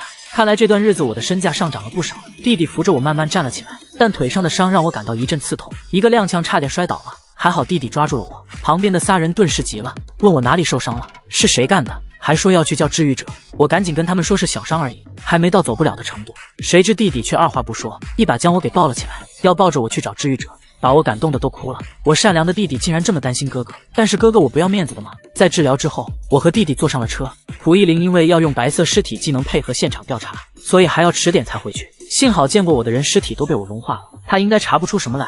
弟弟怕我的身体还有什么问题，叫司机开去医院，要带我再去检查一下。这怎么行？我因为最后的报恩而上升的能力值会被发现的，没办法，我只能装作还有心理阴影的样子，说不想去医院见到陌生人。这招果然管用，弟弟立马表示是自己考虑不周，叫司机直接开车送我们回家。不过弟弟还是有些担心的上下摸索着，问我真的没有不舒服吗？因为从刚刚开始他就闻到我身上有奇怪的爬虫类腥气，我心里一惊，没想到他对气味这么敏感。我赶紧说那边不是码头吗？有腥气很正常啊，等我回去洗个澡就好了。